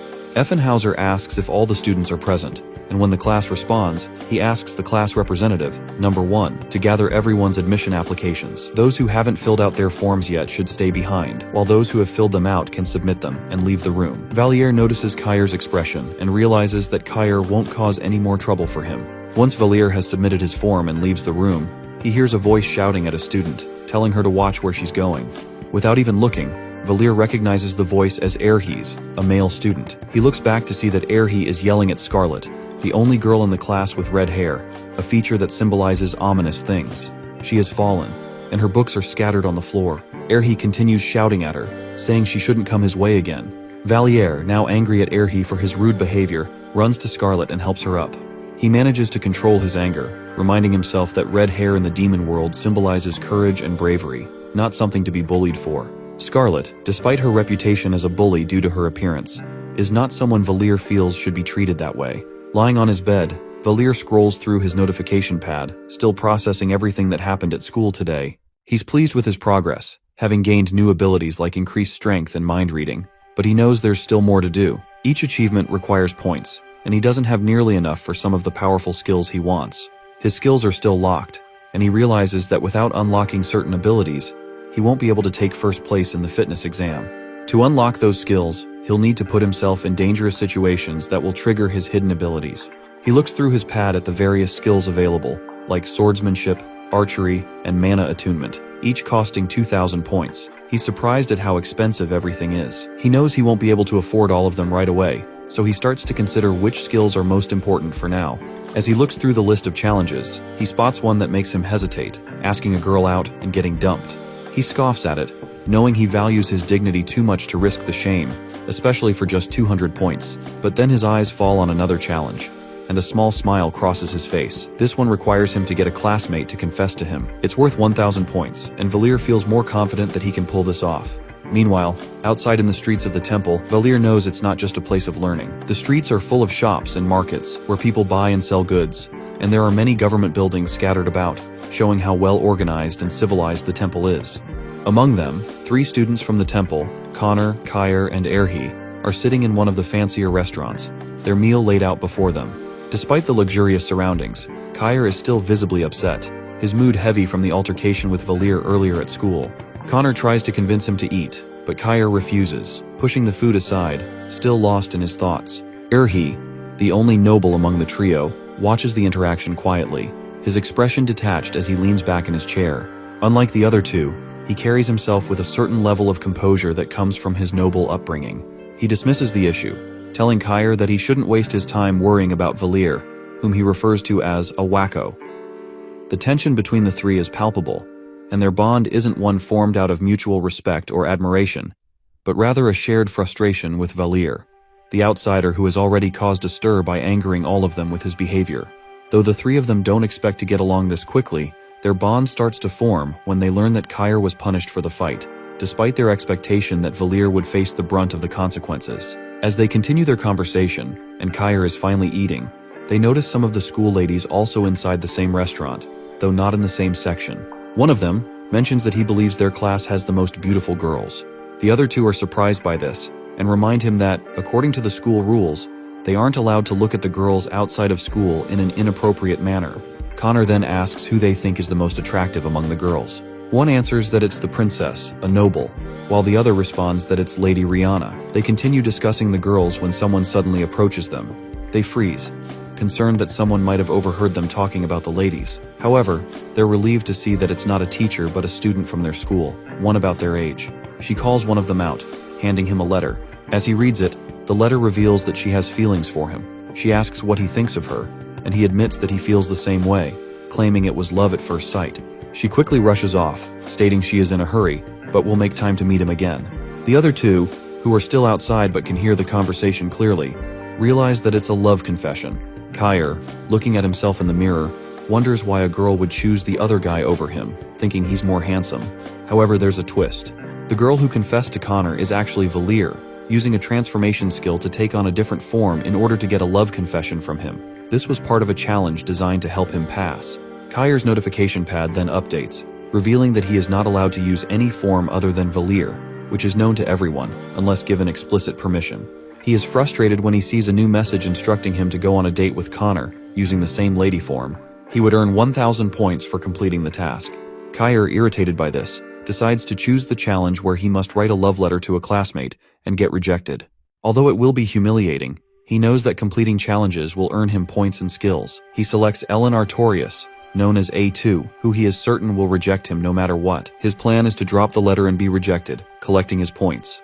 When Kyer opens the door to his house, he hears the sound of a sword slicing through the air. Ellen is practicing with her sword, her movement so forceful that the sound of the blade cutting through the air echoes loudly, reaching the entrance. Although Ellen is using a wooden sword, she swings it with speed and precision, demonstrating how long she has been practicing. As she breathes heavily from the effort, Kyer calls her name.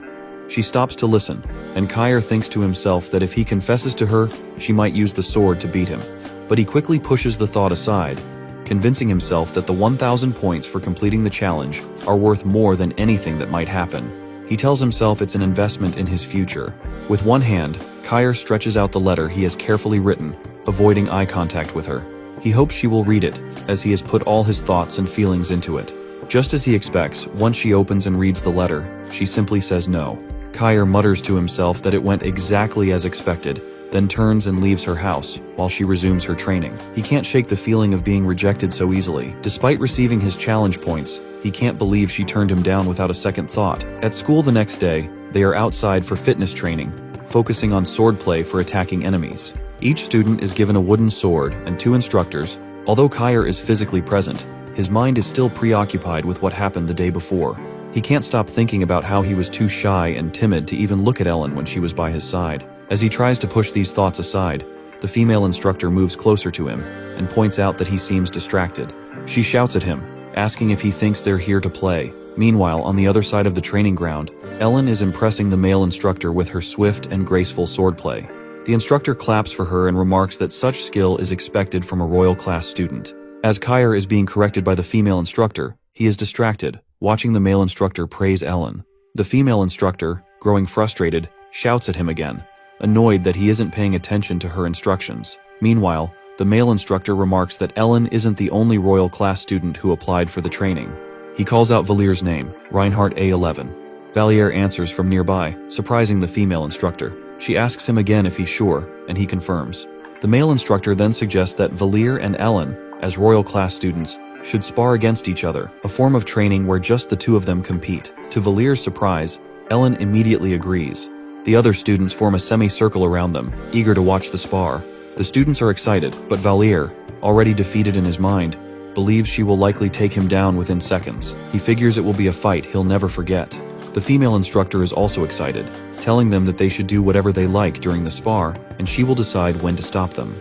Valier, feeling the pressure building as the students' eager faces surround him, starts to feel he can't handle it. Before he even realizes what's happening, he can't see Ellen in front of him anymore. As he turns to his left to lift his sword, Ellen smacks him on the head. He falls to the ground flat, and as he goes down, he wonders if Ellen is taking her revenge for the love letter he gave her, thinking that maybe she's angry, and this is her way of getting back at him. When Valier wakes up, he finds himself lying in a bed in the infirmary, with Ellen sitting beside him. She explains that after he fell, he lost consciousness and couldn't wake up until the training ended, so she had to take him to the hospital. She mentions that it's already the break period. As he attempts to get up from the bed, he staggers, nearly falling again.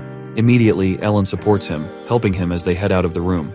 Valier tells her that she didn't have to help him, but she replies that she thought he would guard her first strike, allowing her to point the sword at his neck so that the spar could end quickly.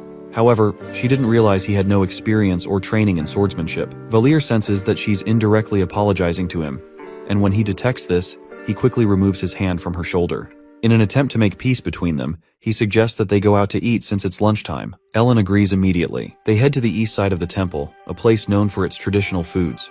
After sitting down at a restaurant, they are offered the best Korean stew, a dish Valier loves. He had spotted the restaurant on his way from Ellen's house the day before. As the stew is served, he dips a spoon into it and offers a part of it to Ellen, honoring her with the gesture. However, deep down, he's thinking that this could be his small revenge because he believes she won't like the food. When she tastes it, Ellen spits it out, confirming his thoughts and saying that she doesn't like it. Valier smiles, feeling that he has achieved what he wanted, but to his surprise, she continues to eat the rest of the food that was served to her, which is also Korean. To his astonishment, she finishes the entire bowl. As they prepare to leave, Ellen tells him that she will never eat the food again, and Valier is surprised to hear this, especially after seeing her finish the whole bowl. In the royal class, during the magic theory period, the teacher writes magical equations on the board with white chalk. As the class progresses, Valier realizes that he hasn't understood a single thing the teacher has said since the class began. He knows this is just the first semester, and with the second semester approaching, he dreads how much harder it will become. Frustrated, he stands up and attempts to walk out of the class. The teacher notices him leaving and asks where he's going, but Valier doesn't answer. He continues walking out, contemplating dropping the class altogether. Next, in the Mana Attunement training class, Valier is also registered because it's required for his schedule. He lies down with many others in a supine position while the teacher talks to them about mana and the universe. By the time the class ends, Valier has fallen asleep. When he wakes up, he sees that nearly everyone else is also asleep, which is typical for this class. It's a class that consistently receives great satisfaction remarks from students. In the Supernatural Power Control class, attendance is taken before the lesson starts. The teacher calls out the names of the students, and everyone answers present, except for a surprising addition. Charlotte has joined them. Among the students are Rihanna de Grands, Connor, Heinrich, and several others. Valier finds that all the classes are exhausting. In this class, the students are taught how to control their supernatural powers. Rihanna de Grands stands out, as she has the highest ability to control her power, which everyone admires. People are happy to see her powers awakening so early, though only a few know the full extent of her abilities. She and her assigned teachers always go into a separate room before the class starts. Valier wonders if Rihanna might have fabricated her abilities just to get into the prestigious temple school. Meanwhile, Heinrich, who has the power to control fire, struggles. He can only control it for short periods before losing focus. Connor, who possesses the supernatural ability to teleport, has a unique problem. After each teleportation, he finds himself naked. His challenge in the superpower control class is learning to teleport without losing his clothes in the process. While others are successfully using and training their powers, Connor is focused on mastering this aspect of his ability. Meanwhile, one of the instructors approaches Valier, who is sitting quietly. She asks him about his superpower, which still hasn't manifested. Valier responds by asking if the instructor can put him in a dangerous or fearful situation, hoping that might trigger his power. The instructor gently explains that powers don't work that way. If they did, everyone on Earth would have superpowers. She also warns him that if he continues to avoid participating in the training, he is at a high risk of failing the class. Valier acknowledges this, understanding the consequences. Later, as Valier walks down the school corridor, one of his fellow Royal Class students, who is also in the Superpower Control class, calls out to him. The student questions why Valier even bothers attending the class if he doesn't have any superpower. Valier immediately responds, stating that he joined the class in hopes of gaining a superpower. The student laughs, telling Valier that he's been deluding himself. Just because he has infinite aptitude doesn't mean he has any superpowers. Other students passing by overhear the conversation and listen in. Valier replies that he's hoping something might come to him one day, referring to the possibility of his superpower awakening. Heinrich, who is also in the class, then tells Valier that he shouldn't come to the next class unless he wants Heinrich to burn him with his fire powers. As Heinrich walks away, Valier, not backing down, responds sarcastically that Heinrich, who can't even cook potatoes, has the nerve to threaten him with fire. The students around them exclaim in surprise at Valier's comment. Heinrich, infuriated by the insult, turns around and shouts at Valier, calling him a filthy commoner and demanding to know how dare he insult a member of the royal family. As Heinrich refuses to apologize, Valier firmly tells him that according to the school rules, no student is allowed to bring their title into the school, and by doing so in front of everyone, Heinrich has broken the rules. Valier warns that he will report this to the school authorities and the student council if Heinrich doesn't apologize within 3 counts. The surrounding students eagerly wait to see what will happen next. However, Heinrich, refusing to lose his dignity, summons fire from his hand, ready to throw it at Valier. Before he can act, Valier swiftly punches him on the head, causing the fire to fizzle out. Valier justifies his actions, claiming it was self-defense from Heinrich's attempt to roast him. Heinrich, now even more enraged, tries again to summon fire, but Valier smacks him down once more, continuing the back and forth for a while.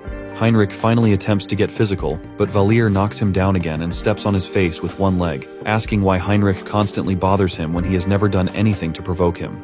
Valier then warns Heinrich, with students watching the exchange, that if he ever uses his superpower on him again, he'll make sure to beat him senseless. The students, who have been watching the confrontation, are left in stunned silence. By the time they gather in the dining hall later, word has spread quickly about what happened. Most of the students avoid making eye contact with Valier, clearly distancing themselves from him. Ludwig, a fellow student, approaches Valier at the dining table and tells him he wants to speak with him privately. As they step outside the dining hall, the cool night air surrounds them, and the moon shines brightly enough for them to see each other clearly, aided by the soft glow from the temple lights. Virtus offers Valier tea, which surprises him. He hadn't expected a simple invitation like that. Valier agrees, though he remains curious as to why Virtus would call him out just to have tea. Meanwhile, Virtus is observing Valier closely. He notices that despite Valier's casual conversation, he's not letting his guard down. This, in turn, makes Virtus reflect on the fact that Valier might be afraid of him due to his reputation among the classmates. Valier, in contrast, is wondering if Virtus, as the future swordmaster, might restrain him somehow in this meeting. However, their thoughts dissipate as Virtus finally speaks after serving the tea, and begins by explaining that he's called Valier here because people are vexed with him. Valier, confused, asks what Virtus means by that. Virtus clarifies that people are afraid of him, and he has come to speak on their behalf. He goes on to express admiration for how Valier defended the temple against Kair, who had been speaking negatively of it. Virtus explains that he's always wanted to be a patriot of the temple, and he believes that if he associates with Valier, others might follow his example. Valier is even more confused at this point. He had been expecting something more hostile, like being shouted at or reprimanded. However, Virtus continues, shifting the conversation to the recent incident with Heinrich Schwartz.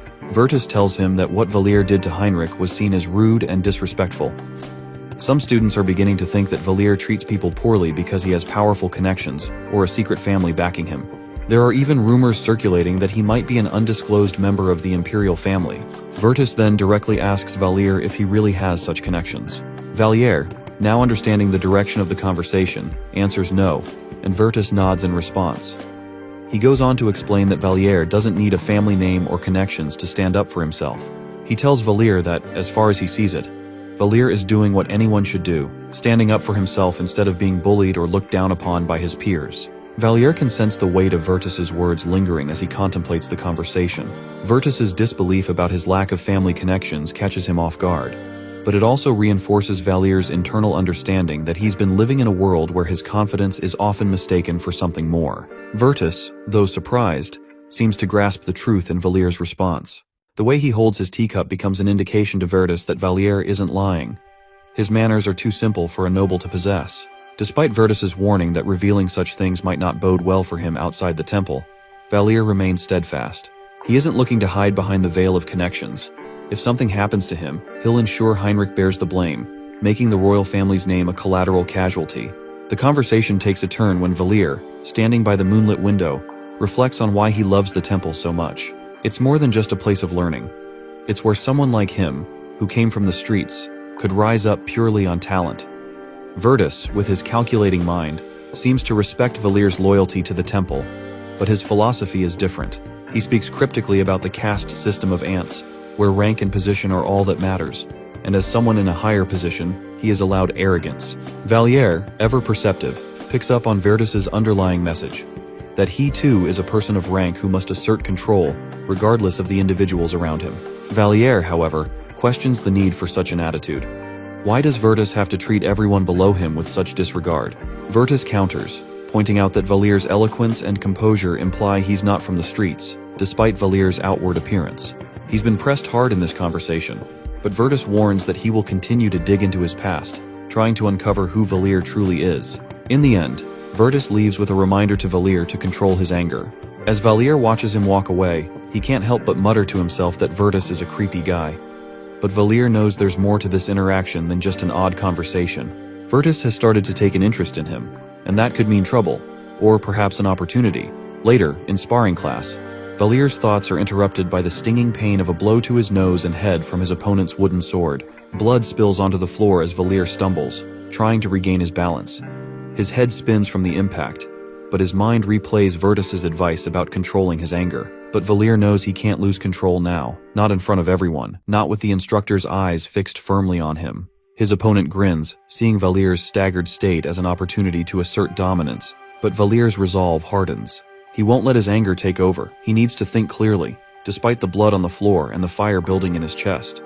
It is Valier's first weekend staying at the temple. 2 days have passed since his conversation with Virtus, and Valier has started to accept that Virtus won't do anything to stop the rumors spreading about him. He's not surprised. After all, he and Virtus aren't really friends.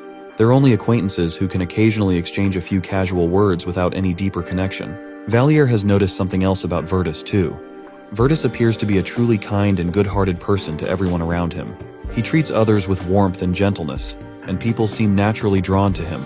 But Valier can't shake the feeling that Virtus is acting, putting on a performance of kindness. To Valier, it's almost as if Virtus is a genius at pretending to be benevolent, skillfully hiding his true self behind this perfect image. Meanwhile, the rumors have made Valier feel like an outcast. Almost everyone from Class B except for Ludwig is avoiding him because of these rumors. In his boredom and frustration, Valier thinks about seeking out Loyar. Later, Valier is seen inside a building with Loyar. She looks at him with concern and asks if he's alright, also wondering if the Imperial Princess and Prince are causing him any trouble. Valier assures her that nothing unusual has happened so far, and he even mentions that the Prince seems to have taken a liking to him. He adds, however, that if things ever go wrong, he will use the special ring he has to escape. Valier then tells Loyar that he has a request for Sarkagur.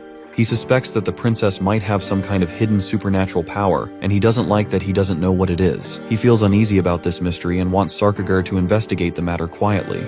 Loyar listens and agrees to pass along his message to Sarkagur. However, she also warns him to avoid meeting with Alaris or Sarkagur directly. Valier raises an eyebrow and asks why, thinking it might be because seeing him with people who don't seem connected to him could raise suspicion. Loyar nods, hinting that it's best for him to avoid unnecessary risks in these uncertain circumstances. Loyar then informs Valier that he is being followed, which startles him. He quickly wonders who it might be, and it turns out to be a group of his classmates. As soon as they realize they've been spotted, they flee.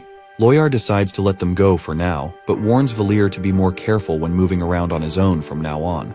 Valier takes her advice seriously, realizing he'll need to be more cautious in the future. He can guess why his classmates were following him. They probably wanted to see if he lives up to the rumors they've heard about him. To avoid unwanted attention, he decides to stop going to places like the Rotary Club, which might add fuel to the gossip. Later, when Valier returns to the academy, he feels the intense, judgmental stares of his classmates on him. One of them boldly claims they saw him hanging out with beggars under the bridge, sneering that he must be even lower than a commoner. Valier, not missing a beat, responds with sarcasm, playing along with their assumptions.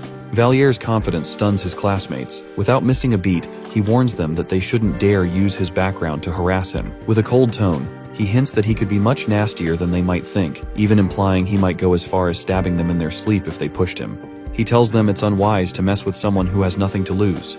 One of the classmates tries to act tough, though fear is clearly written all over his face. Valier grabs him by his clothes, giving him a stern threat to leave him alone. He then tells the group to find something better to do with their weekend, if they have so much time on their hands. Afterwards, Valier heads back to his place, sorting through his thoughts. He concludes that Kair and Erhi must have been the ones who followed him. Now, thanks to their spying, rumors will probably spread about him associating with psychotic thugs from the streets.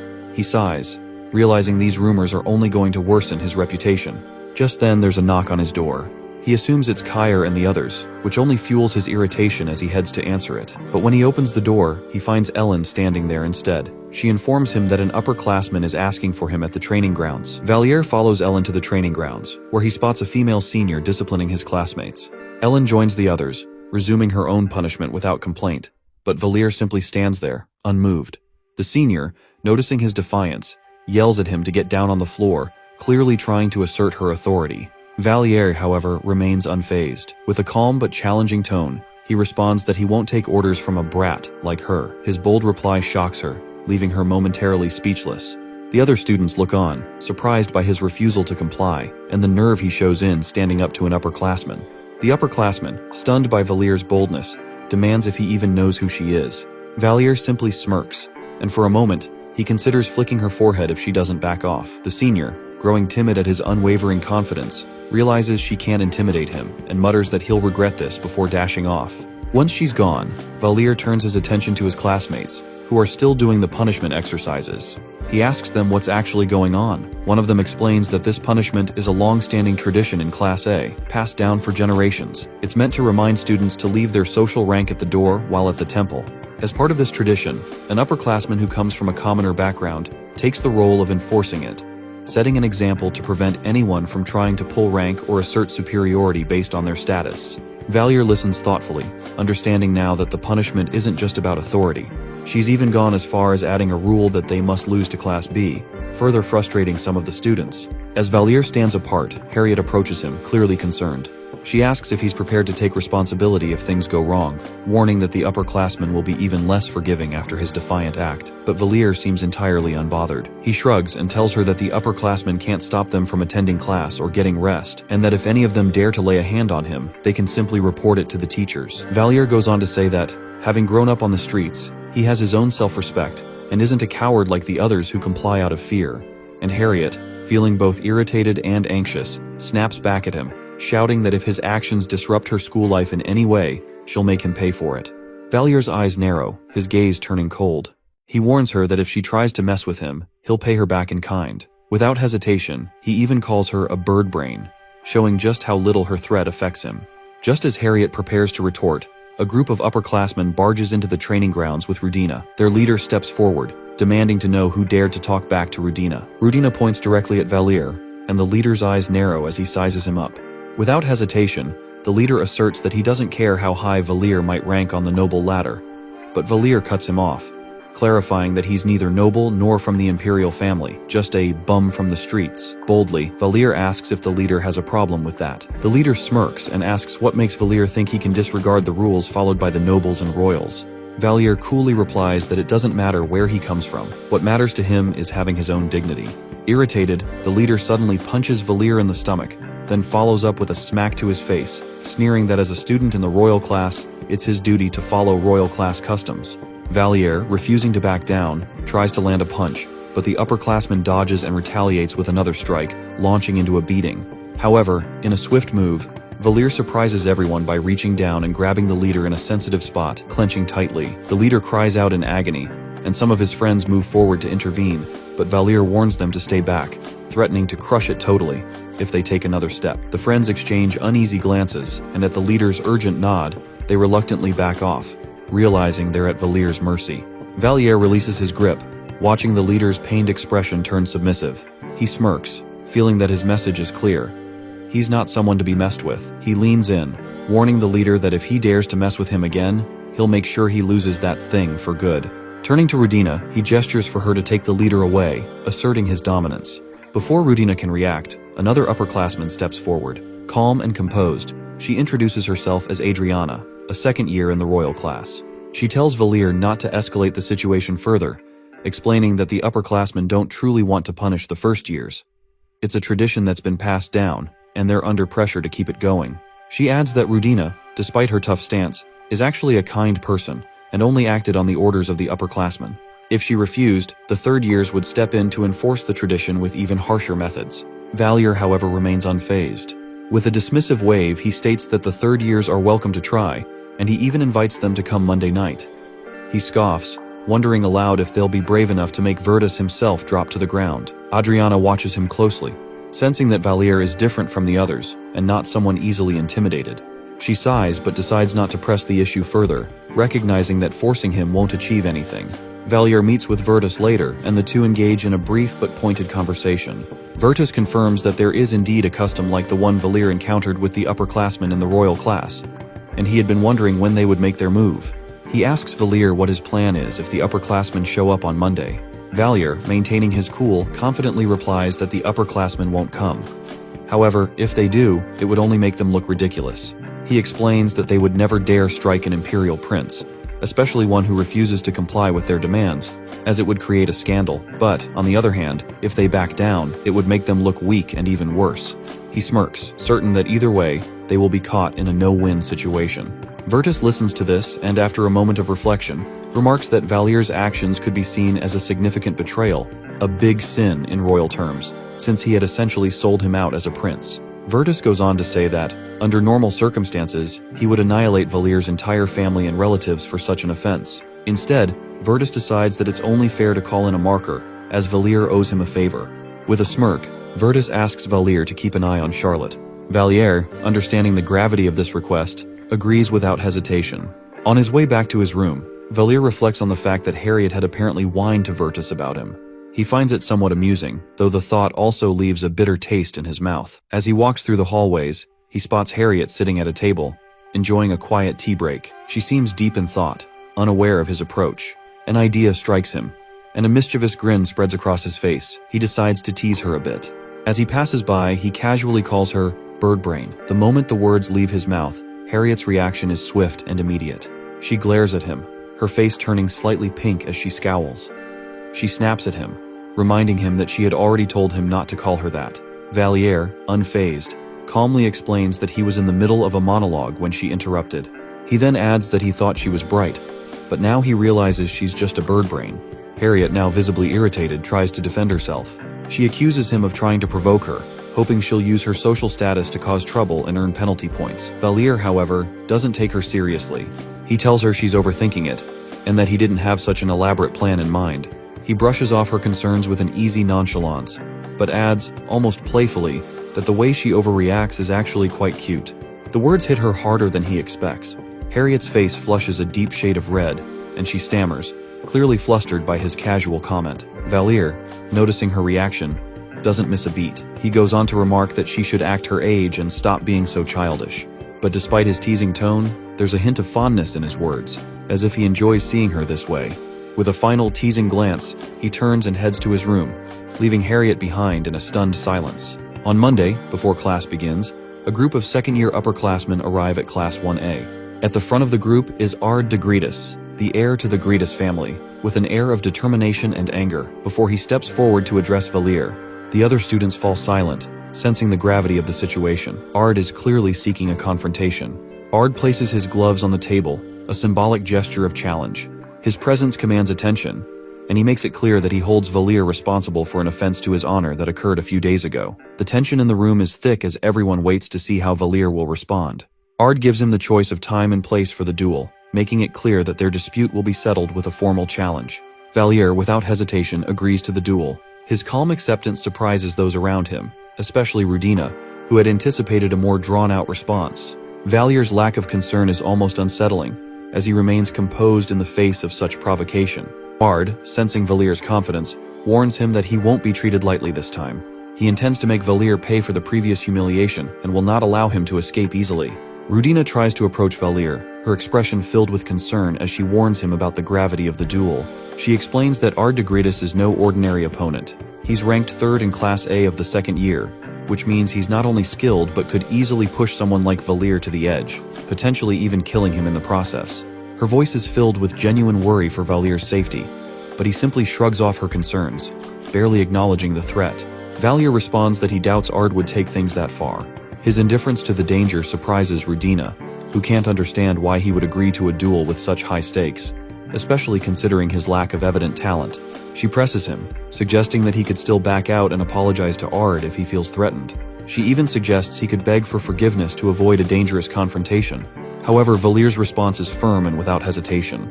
He tells her that if Ard manages to beat him to the point of almost killing him, then yes, he'll beg, but he adds that he doubts it will come to that. His acceptance of the duel is not about the fight itself, it's about something deeper, something he needs to confront in order to unlock his talent. Valliere's mind is set on using this duel as a way to push himself to the limit. He believes that only by being pushed into a corner, where survival and victory seem impossible, will he be able to break through the mental barriers that are holding him back. The duel between Valliere and Ard is scheduled to take place in 2 weeks, with the venue set for the indoor training grounds at the first-year Class A dormitory.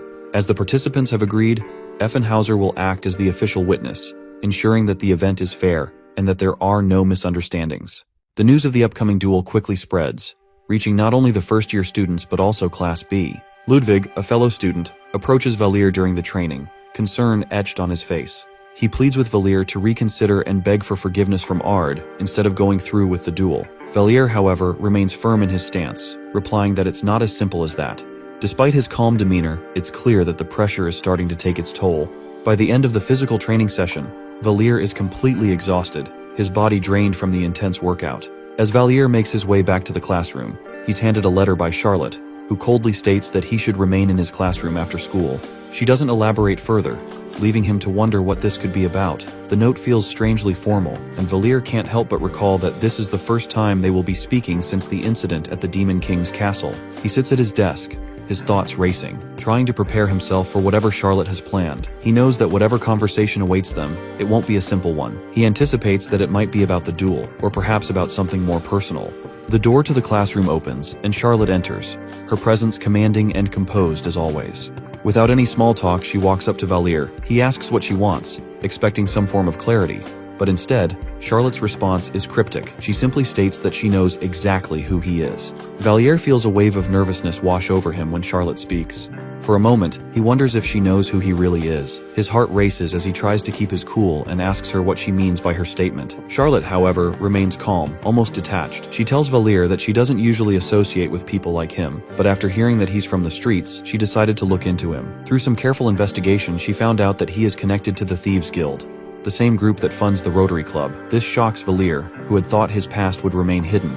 He's impressed, though, by how easily Charlotte uncovered such details. It shows just how much influence she has. Her ability to piece together information from so few scraps proves that nothing can escape her notice. But Charlotte isn't finished. She gives Valliere a cold, calculating look and tells him that if he refuses to do what she wants, she'll call in the city guards to clear out the Thieves Guild. Valliere realizes that if she wants, she can make his life incredibly difficult, even destroy the connections he's worked hard to build. Then, Charlotte hands him a picture, one that Valliere immediately recognizes. It's a photo of himself in one of his past disguises. Charlotte tells him that she wants him to find the boy in the picture. She doesn't care if the boy is alive or dead, but she wants him tracked down. Valliere is caught off guard again. This is not just a request, it's a demand. Charlotte expects results, and she makes it clear that if he doesn't give her the information she wants, there will be consequences. Valliere is left in a state of confusion, trying to figure out how he can possibly find himself. He wonders what she expects of him, how he could track down someone he's essentially trying to avoid. However, as he thinks more about Charlotte's words, he starts to glean a few clues. It's clear that she suspects the boy has ended up as a beggar on the streets, considering he had been a student from the temple and was once tied to the streets. Charlotte must have thought Valliere would be the best person to find him, and she seems to think that someone like him might have the necessary connections to locate the boy. Valliere's mind races. He starts piecing together why Charlotte is so intent on this search. It's not just because of the boy's disappearance, but because of her personal stake in finding him. As he reflects on Charlotte's desperate efforts to find the boy, a sense of unease settles in. She's not just looking for answers, she's emotionally invested, and her determination makes him feel like his deceptions will eventually catch up to him. He knows he can't reveal his true identity to her. As he's lost in his thoughts, Harriet appears, her usual teasing grin on her face. She wastes no time bringing up the upcoming duel, mentioning that she's heard how frightening Ard is, and asking if Valliere is scared. He doesn't hesitate to admit that he is afraid. There's no point in pretending otherwise. But then, she presses further, asking why he agreed to the duel if he's scared. His response is simple: he must have lost his mind. But there's a certain seriousness to her that makes him pause. She says she'll be watching his bloody face from the front row, and leaves with a playful wink. Her words linger in Valliere's mind. The duel is a real risk, one that could leave him seriously injured or worse. Determined to take matters into his own hands, Valliere heads to the training grounds. He watches as Cliffman, the 5th-ranked student, and Ellen, a skilled fighter in her own right, practice their swordsmanship every day. Their movements are fluid, precise, and effortlessly powerful. But Valliere knows they won't be able to teach him what he needs to know. They're too far ahead in their training, and their styles don't align with what he needs to build his own foundation. He realizes that what he needs more than anything is a solid base to grow from. Valliere picks up the wooden sword with determination, intending to practice his swordsmanship on the training dummies. His first slash, however, is clumsy, and he quickly stumbles to the ground. A wave of frustration hits him as he realizes just how far he has to go. The path ahead is going to be long and grueling. He watches Cliffman and Ellen practice with ease, their movements fluid and powerful. He forces himself to keep swinging, despite the pain in his arms and the exhaustion in his muscles. Each swing feels heavy, each move awkward, but he keeps at it, hoping that somehow he'll improve. Hours pass, and by nightfall, Valliere is alone in the training grounds. Sweat drips down his face, and his body aches with the strain. The blisters on his hands throb painfully as he throws the wooden sword to the side, slumping to the ground. He can't help but feel a sense of admiration for Cliffman and Ellen. Their tolerance for pain, their strength, and their discipline are impressive. He knows that he has a long way to go before he can match their level, but he can't afford to give up. He pushes himself to stand again, even as his hands bleed from the blisters. As he takes a moment to catch his breath, just then, Adriana enters the training grounds. She spots Valliere sitting on the floor, looking worn out and frustrated. She walks over to him and informs him that she's come as a favor to Rudina, who is worried that Ard might kill Valliere in the duel due to his anger. Adriana's tone is concerned but matter-of-fact. She adds that while she sees Valliere trying to train, it won't be enough in just 2 weeks. If he continues at this pace, he will be easily defeated by Ard. She even goes as far as to suggest that he apologize and back out of the duel, but Valliere responds that he knows the risks. He simply needs a good beating, something to push him beyond his limits. Adriana, seeing his stubbornness, picks up a wooden sword and begins to demonstrate a graceful and precise sword dance for him. She moves effortlessly, her strikes flowing one after the other in a seamless rhythm. Valere watches in awe as she displays the beauty of swordsmanship, something he desperately wants to learn. After finishing, Adriana looks at him and tells him to try and replicate what she just did. Valere grips the wooden sword with resolve, determined to imitate Adriana's practiced movements. Taking a deep breath, he plants his feet, lifting the weapon with focused intent. Yet his first swing is awkward, his balance shaky, and he quickly stumbles forward, landing on his knees in frustration. Adriana observes carefully, noting his stance and the weakness in his posture. Moving closer, she gently lifts his arm, feeling the strain in his muscles. They are too tense, weakened, and fatigued. Continuing like this would only lead to injury. With calm precision, Adriana channels a warm, soothing spell, sending a gentle light through his limbs. Valere feels a wave of relief as the holy magic eases his aches, loosening the tension from his tired muscles. Energy returns to his arms, and a renewed strength flows through his body, leaving him feeling light and ready. He stands, adjusts his grip on the wooden sword, and prepares for another attempt, this time with improved confidence and focus. However, despite his renewed vigor, his second swing is as clumsy as the first. Adriana's thoughtful gaze shifts as she assesses his movements. She recognizes that his foundational strength is severely underdeveloped. Physical training alone will be ineffective without a stronger base. Realizing this, Adriana devises a plan for him to build stamina and basic strength before advancing with weapon drills. Valere rises earlier than usual the next morning, the sky still a shade of dark blue as dawn approaches. Moments later, Adriana arrives promptly, her presence focused and ready for their training session. Without delay, she instructs him to start with stretches, preparing his muscles for the run ahead. Valere, though eager, feels a pang of concern and voices his hesitation, wondering if her classmates might think poorly of her for helping him with such basic training. Adriana's response is firm and resolute. She sees no issue in assisting him. To her, both strength and skill are essential, and she values the chance to improve by helping him, ensuring Ard won't be accused of cruelty for targeting an untrained underclassman. After a round of stretches, they set off at the training grounds. Adriana's pace swift and steady as Valere trails behind, already feeling the strain. He pushes himself to keep up, but his stamina quickly wanes. Adriana notices his exhaustion, and with a flicker of holy magic, she sends a refreshing spell his way, infusing him with a slight boost of energy. As the rejuvenating warmth seeps into his muscles, Valere remarks on the impressive speed and endurance of the aspiring holy knights, playfully suggesting they would dominate a marathon with their abilities. Adriana responds by mentioning Ludwig, a standout among them, who once ran a full circuit around the temple without faltering, to which Valere replied that just who Ludwig is. After enduring 3 intense hours of core exercises and physical training for swordsmanship, Valere feels every muscle in his body aching, pushed to the brink of exhaustion. Adriana watches him closely, prepared to channel her holy magic to rejuvenate him each time he verges on collapsing. Before they head back inside, Adriana advises him on the importance of eating frequently to sustain himself through the extreme training he's undertaken. Valere takes her words to heart, deciding to stop by the Royal Class Cafeteria to find something to eat before breakfast officially begins. The Royal Class Cafeteria is a prestigious establishment, its sole responsibility being the health and nutrition of the Royal Class students. Staffed by master chefs who craft the finest meals, the cafeteria offers not only exquisite breakfast, lunch, and dinner options, but also late-night snacks and refreshments. As Valere steps inside, he spots Ellen already there, munching on a whole snack of beef jerky. Feeling famished from the training, he asks her if that's all that's available in the kitchen. She points him to some basic ingredients: bread, eggs, and a few other essentials. Taking her suggestion, Valere heads into the kitchen, opting to make something quick and easy to replenish his energy. Valere quickly puts together a simple meal, savoring the warm aroma and satisfying sight of the food. His modest meal catches Ellen's attention, her gaze fixed and her mouth practically watering. Without hesitation, he offers her a bite, not expecting her to devour it with such speed.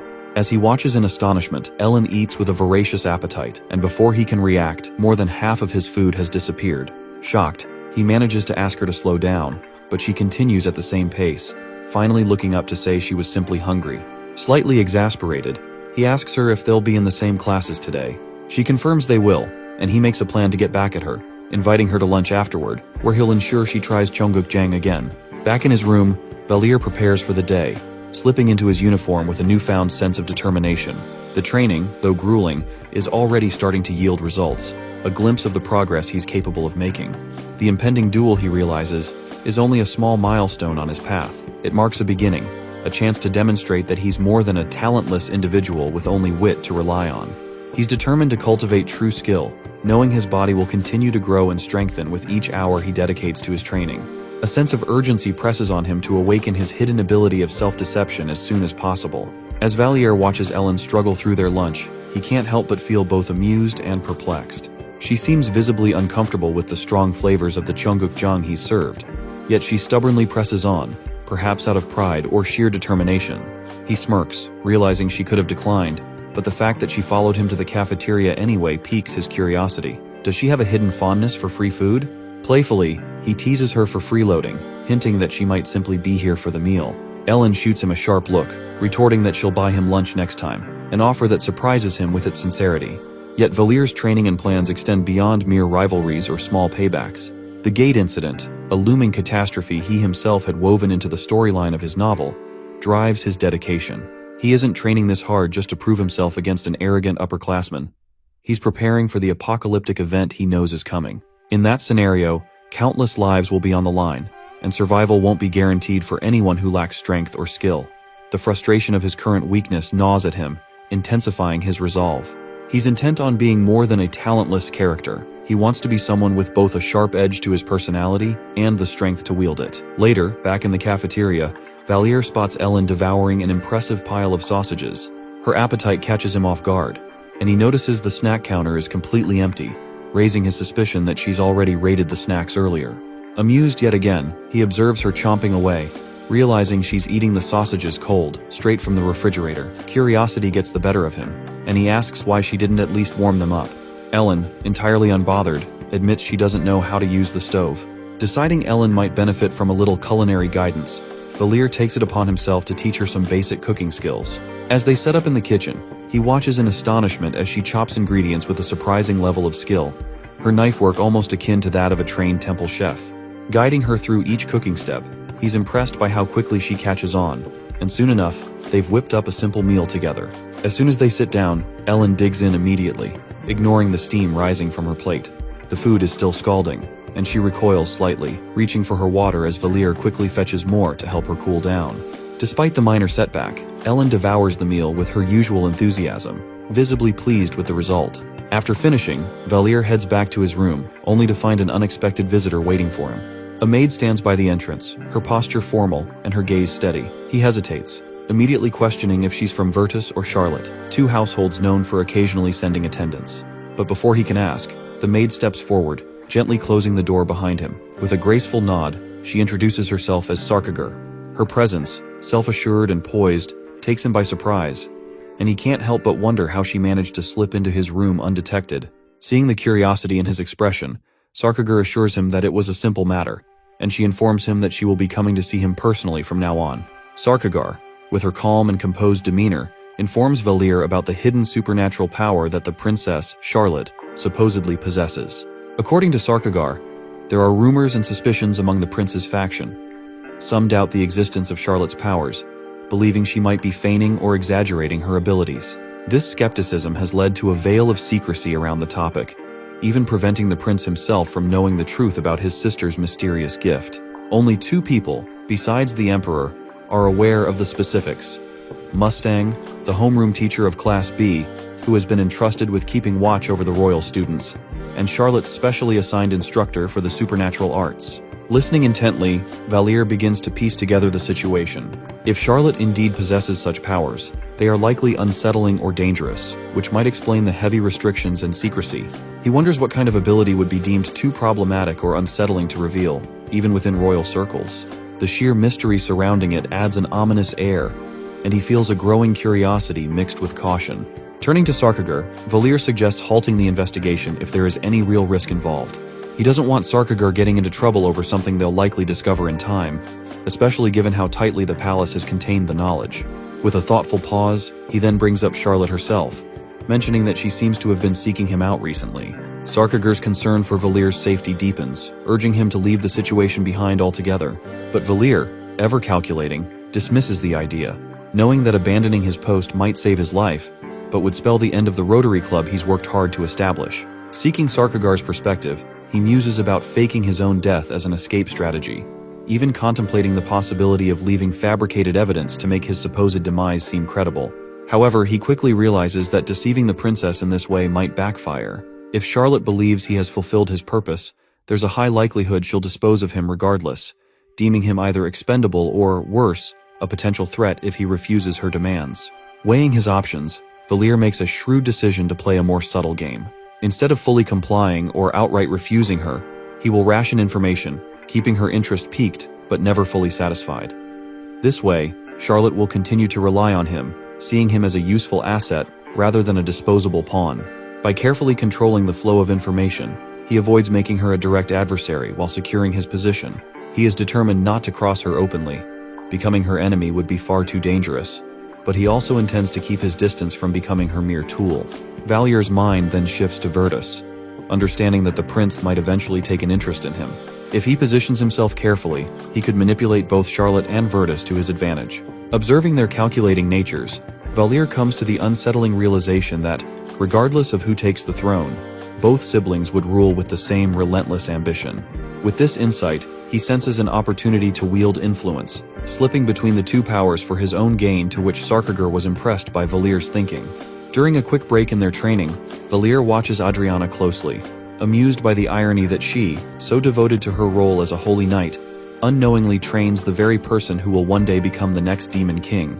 He marvels at the contrast between her gentle but determined manner and the immense power he hides within himself, a power she might one day oppose without realizing she once helped strengthen it. Curious, he asks her why she doesn't use holy spells to ease her own fatigue during their exercises. Adriana explains her philosophy. Relying on holy magic to recover would hinder genuine growth. To her, it's like misusing awakening potions, a shortcut that cheats the body's natural ability to improve and adapt. She reinforces the need for him to maintain a balanced diet, emphasizing that training results only come when he draws on his own strength and endurance, without crutches. Her words hold a truth that resonates with Valere, fueling his resolve to push his limits while staying self-reliant, even as he hides his darker ambitions.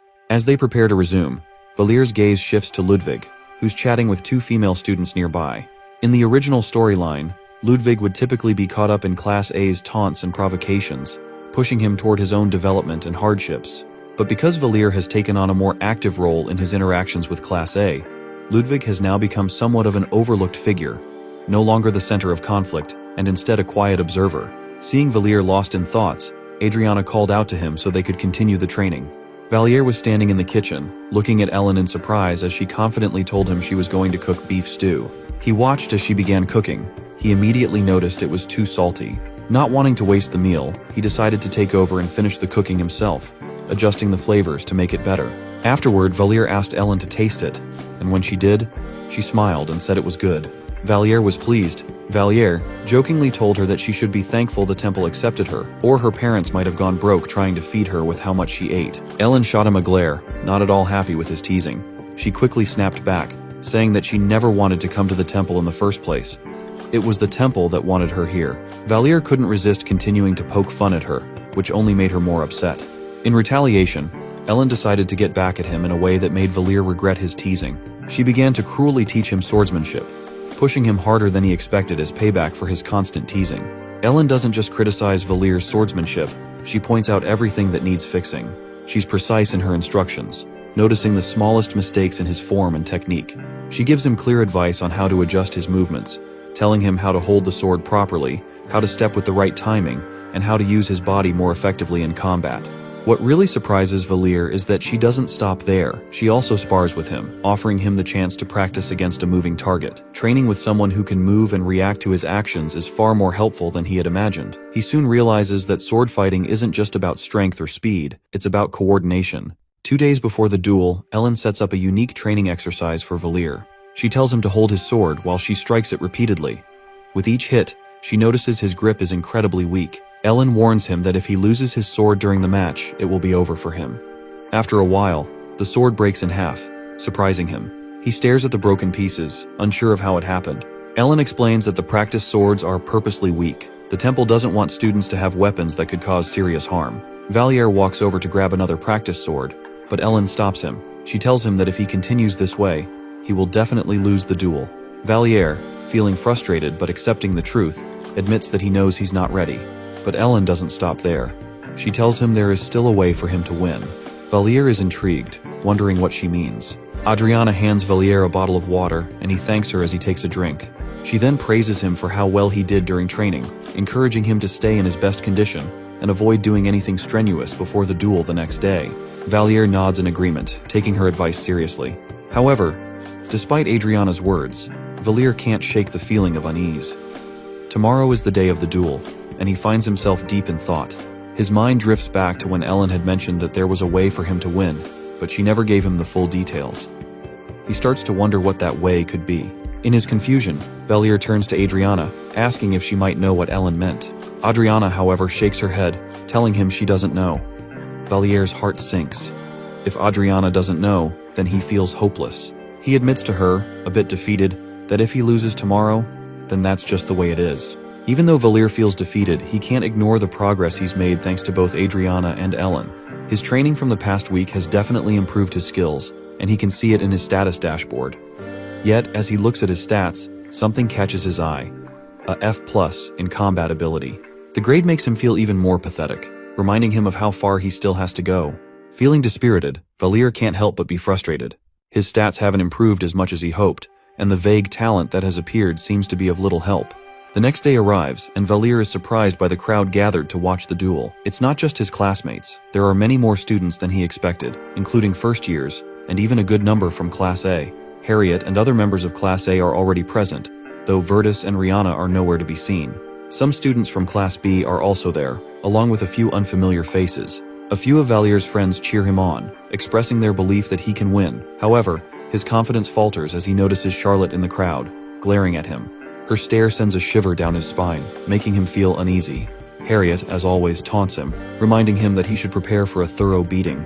Then, Ard appears, and Valier sees that a large portion of Class A from the second year is there, likely to watch the duel. The moderator steps forward, signaling that both opponents are ready. He goes over the major reasons for the duel, confirming that both Valier and Ard understand and agree to them.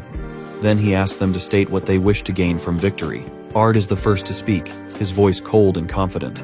He demands that if he wins, Valier must kneel before the upperclassmen, ask for forgiveness, and swear to always show respect to his seniors in the future. Valier's eyes narrow at the request, but he holds his ground. When it's his turn, Valier states his terms firmly. If he wins, he wants the upperclassmen to stop demanding unreasonable tasks from him and his classmates. He insists that they must also apologize for their actions. As the moderator steps forward to announce the start of the duel, Ard interrupts, requesting the right to choose his champion as part of the dueling party. The crowd falls silent, surprised by the request. Ard points to Mayatan, a third-year student from Class A. Valier's heart skips a beat when he sees who the champion is. Mayatan is known for his incredible skill, and the fact that Ard has chosen him to fight in his place sends a clear message to Valier. This is no ordinary duel. The third-year student is someone far beyond Valier's level. Valier is shocked. He doesn't fully understand why Ard would go this route, but he quickly realizes that this move isn't just about winning the duel. It's about sending a message. They want to squash his confidence and make an example of him, but Valier stands firm. He remembers Ellen's words from a previous conversation when she expressed how confident she was in her abilities. She even wished that she could be his champion, believing that she would bring him victory without a doubt. Adriana too had expressed a similar desire. From her seat she watches intently, giving Valier a stern look. Valier knows that Adriana, though not directly involved, is rooting for him in her own way. The moderator, thinking there were no further objections, prepares to announce the start of the duel. However, just as he's about to proceed, Mayatan, with an air of supreme confidence, speaks up and changes the rules. He declares that the duel will end when one of the parties admits defeat. Mayatan, sure of his victory, seems eager to set this condition, confident that he will dominate the fight. The moderator turns to Valier, asking if he agrees to these new terms. Valier, after a moment's consideration, nods in agreement. However, he surprises everyone by proposing his own rule. He says that, as the underdog in this duel, he requests a restriction to level the playing field.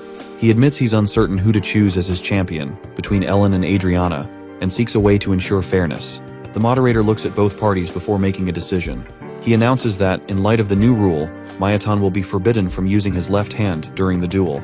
Mayatan, perhaps a bit surprised but still confident, agrees to the restriction without protest. Valier, however, understands the weight of this decision. Limiting Mayatan's use of his left arm is no small matter, and Valier knows it could make a significant difference in the fight. In the past, he might have underestimated the importance of such a restriction.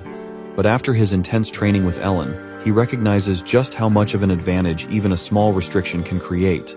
The duel begins, and Valier immediately starts formulating his strategy. Valier decides that his best option is to take advantage of Mayatan's arrogance.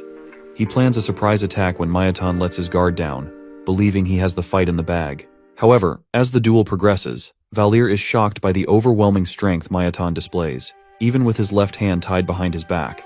Mayatan's attacks are so powerful that Valier almost loses his grip on his sword. He can't believe it. How is Mayatan this strong with just one hand? The thought flashes through Valier's mind that Mayatan must be incredibly skilled to fight so fiercely with only one arm. But what catches his attention next is Mayatan's relentless focus on Valier's sword, trying to disarm him at every opportunity. Before Valier can adjust his strategy, Mayatan launches a powerful strike, and in an instant, Valier feels his sword slip from his hand. Time seems to slow as his weapon flies out of his grasp, and he stumbles backward, crashing to the ground. He's stunned. How did things escalate so quickly? His mind races as he scrambles to recover, realizing how fast and skilled Mayatan truly is. Mayatan stands over him, his expression cold and mocking. Valier struggles to pick up his sword, his hand bleeding from the blows he has endured. Every time he tries to reach for it, Mayatan kicks him back, refusing to let him stand. His body aches from the pain, and the sting in his palm intensifies, but despite the overwhelming exhaustion, Valier refuses to surrender. He can feel the weight of defeat pressing on him, yet something inside him pushes him to keep going. Mayatan continues to taunt him, confident that Valier will give in. But Valier, though broken and battered, still holds on to a thread of determination. He knows he is outmatched and that his body is betraying him, but he cannot bring himself to accept defeat. Ellen watches from the sidelines, her frustration growing as she sees Valier being pummeled without mercy. The unfairness of it stirs something inside her, but she feels helpless, unable to intervene. Her eyes stay fixed on Valier, willing him to rise above the torment. Despite the agony, Valier summons every ounce of strength he has left. His hand, burning with pain, reaches out again. It takes all his willpower to push his body upright. The movement is slow and shaky, but he grips the sword, determined not to let it slip away. The weight of it in his hand is reassuring, a reminder that he still has the will to fight, even if it seems hopeless. Standing with difficulty, Valier faces Mayatan, no longer with fear, but with a quiet defiance. Mayatan, surprised by the sudden surge of strength, momentarily hesitates. He hadn't expected Valier to get back up, but now, seeing the determination in his eyes, he realizes that the fight is not as one-sided as he had thought. Valier, realizing that his plan to awaken his supernatural power wasn't going as expected, finds himself overcome with frustration and rage. Determined to push beyond his limits, he activates his system, driven by the relentless blows he has endured. His body, still aching, reacts impulsively as he prepares to strike Mayatan once more. Mayatan dodges twice, but Valier can feel that his opponent's sword is weakening with every missed strike. Ellen's training had been spot on. The swords, though seemingly sturdy, were actually fragile. This insight, combined with his new power, gives him the advantage he needs to strike. With a surge of strength, Valier kicks Mayatan in a vulnerable spot, and the impact is enough to make Mayatan drop his sword, wincing in pain. Valier sees his chance and knows he must act quickly. If Mayatan regains his composure and retrieves his sword, Valier will be in trouble. He can't allow him that opportunity. Without hesitation, Valier rushes forward and kicks Mayatan again, determined to keep him down. But even though Mayatan stumbles, he doesn't fall unconscious. Valier had hoped the blow would be enough to end it, but Mayatan is more resilient than expected. Mayatan continues to tease Valier, urging him not to accept defeat since he knows how stubborn Valier is. Valier agrees that he won't give up, and in fact, declares that he will win, feeling a strong desire to come out on top. But Mayatan reminds him that he cannot win just because he managed to land one dirty trick. Meanwhile, Valier refuses to lose, especially after being beaten badly. He doesn't want to beg for forgiveness on his knees after already being defeated. However, as Valier thinks about it, he realizes there's no way he can win against Mayatan, since he can't even think of a way to land another punch. He doesn't have a clear plan to win, but his determination to succeed remains. So, he resolves that no matter what happens, he will see Mayatan writhing at his feet, even if it's the last thing he does. Valier believes that in a situation where he would lose, he must desire victory and be certain it will happen. Eventually, he begins to understand what he should have done, as he figures out the mechanics of how his power works. Basically, Valier's power has nothing to do with pushing himself to a psychologically tough corner, as he had always believed. Instead, he comes to realize that his power is called self-deception. It wasn't about forcing himself to reach a breaking point or enduring intense physical pain. The truth is, he needs to deceive himself into believing he can win, and then that belief itself fuels his power. In other words, his strength doesn't come from sheer will or physical skill alone, but from his ability to convince himself that victory is inevitable. Once he convinces his own mind that success is assured, his power amplifies, pushing him beyond his limits. Without hesitation, he charges at Mayatan with lightning speed, his movements swift and precise, as though he's already seen the outcome in his mind. Valier kicks Mayatan, causing him to start bleeding. Mayatan stares in shock, unable to understand how Valier managed to hurt him so easily. Without wasting a moment, Valier grabs Mayatan by the hair. Deciding to force him out of the fight, Valier resolves to make Mayatan pass out, knowing that if he does, Mayatan will lose automatically. Everyone watching is stunned, including Ellen, who can't believe Valier's sudden surge in strength and confidence. Even the moderator is taken aback by the change in Valier's energy. As he continues to press Mayatan to surrender, Valier reminds him of his earlier boasts about winning. Now, those words are coming back to haunt Mayatan, as Valier's intense determination drives him forward. The stronger Valier's unwavering belief in himself becomes, the more powerful he grows, and with each moment, it becomes clear that he truly believes he is destined to win. Valier grabs Mayatan by the hair, pulling him forward and facing him toward the watching students. With a taunting tone, Valier tells Mayatan to confess to everyone that, despite studying at the temple for 2 years longer, and despite his physical abilities and swordsmanship being far superior, he still got completely beaten by a first-year student. But Mayatan stays silent. His nose and eyes are already bleeding, making it painful to speak or even keep his head up. Seeing that Mayatan won't talk, Valier decides he'll make sure Mayatan ends up waking up in the hospital. He prepares to smash Mayatan's head against something solid to finish the fight once and for all. Just as Valier moves to do this, Mayatan finally surrenders, muttering an apology. Valier releases his grip, and Mayatan collapses to the ground, exhausted and defeated. The moderator steps forward and loudly announces Valier as the winner of the duel. Instantly, the system rewards Valier with 600 achievement points for his victory. Despite his victory, Valier feels a pang of frustration, disappointed that he didn't actually get to see Mayatan pass out. However, it turns out that Valier himself was the one who lost consciousness, and he wakes up in an unfamiliar room, staring at a strange ceiling. For a moment, he worries that something went wrong with the duel results, but he remembers winning and hopes nothing has changed. Just then, Adriana enters the room to check on him. She smiles, clearly relieved that his injuries aren't too serious. Curious, Valier asks her what happened after he passed out.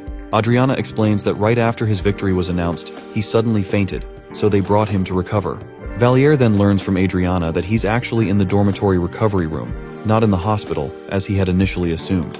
He recalls that the dormitory does indeed have a recovery room, not just the training grounds. This thought leads him to wonder if Mayatan is recovering in the same place. Adriana clarifies that Mayatan is in a separate recovery room, as they wouldn't place them together after such a fierce duel. Adriana then shares a moment from the duel, mentioning how she had been watching him the whole time. She had noticed that he saw her in the audience but chose to keep fighting alone, despite her willingness to step in and fight for him if needed. Adriana then asks Valier if he had recklessly thrown himself into the duel, hoping his supernatural abilities would suddenly awaken in the heat of battle. She confesses that she hadn't realized until now what he meant when he previously said he needed a good beating. Valier, though, doesn't want to delve into that subject. He's just glad that everything turned out fine in the end.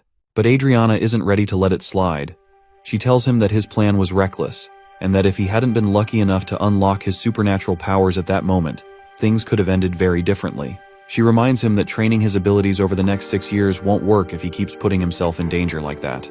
Valier, however, understands that supernatural powers are a rare and unpredictable skill, so he decides to focus on using his achievement points to buy additional talents, rather than relying only on risky awakening attempts. Still, Adriana continues to warn him against using such tactics in the future. She also advises him to keep a level head around the upperclassmen and not to get carried away just because he won this time. Once he's fully treated and discharged, Valier attends a counseling session with his classroom teacher. During their talk, he eagerly shares the story of his newly awakened skill. His teacher listens with intrigue, as he's aware that Valier has a range of aptitudes, including supernatural powers. However, he's surprised to hear that Valier actually managed to awaken this rare ability. Up until now, the teacher had doubted that such a power would ever surface. Though he initially found it reckless for Valier to duel an upperclassman, the teacher admits that, given the outcome, Valier may have been onto something. The way things ended proves that the risk Valier took may have been worth it after all. His teacher, however, points out that while hard work alone can't create talent, Luck itself can sometimes be a kind of talent. With that, he firmly forbids Valier from using his powers to attack anyone again. Valier agrees, promising not to use his abilities foolishly. His teacher, trusting Valier's character, knows that while he may have a violent streak, he isn't the type to act without purpose. Satisfied, the teacher allows him to leave. As Valier walks through the hallways, he quickly realizes that rumors of his supernatural power have already spread. Students whisper about how he managed to awaken this rare ability mid-duel, and the rumor travels not only among his fellow first-years, but also among the upperclassmen. Soon, Valier's duel becomes a hot topic of gossip throughout the royal class.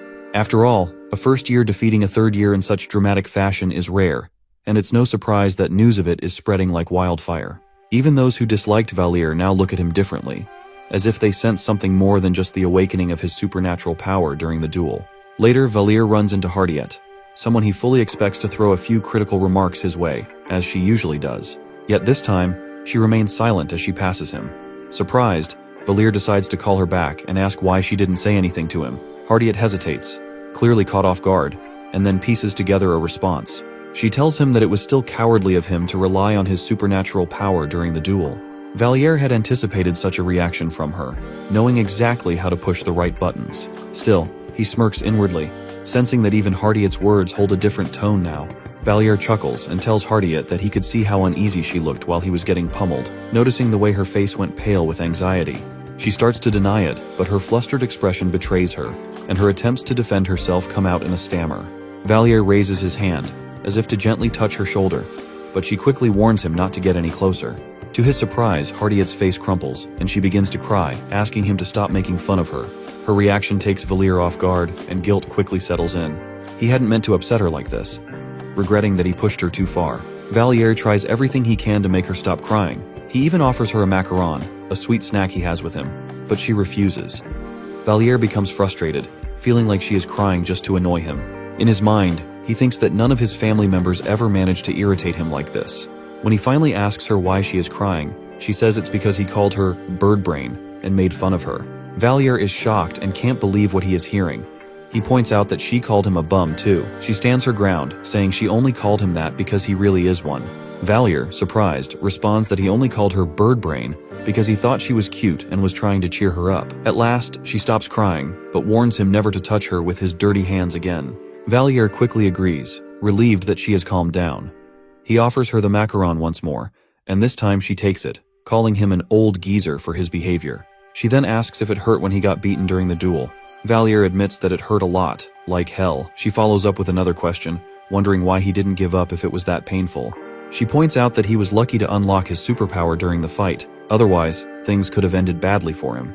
He replies to her that during the duel, he felt so determined that he would rather die than lose to that particular opponent. She is taken aback by his words, and warns him that if he approaches every duel with that mindset, it could lead to an early death. Valier admits that he went to an extreme but is thankful he survived. Later in class, Valier sits at his desk, trying to jot down notes when Virtus walks up to him. Virtus smiles and tells Valier that he's proud of him.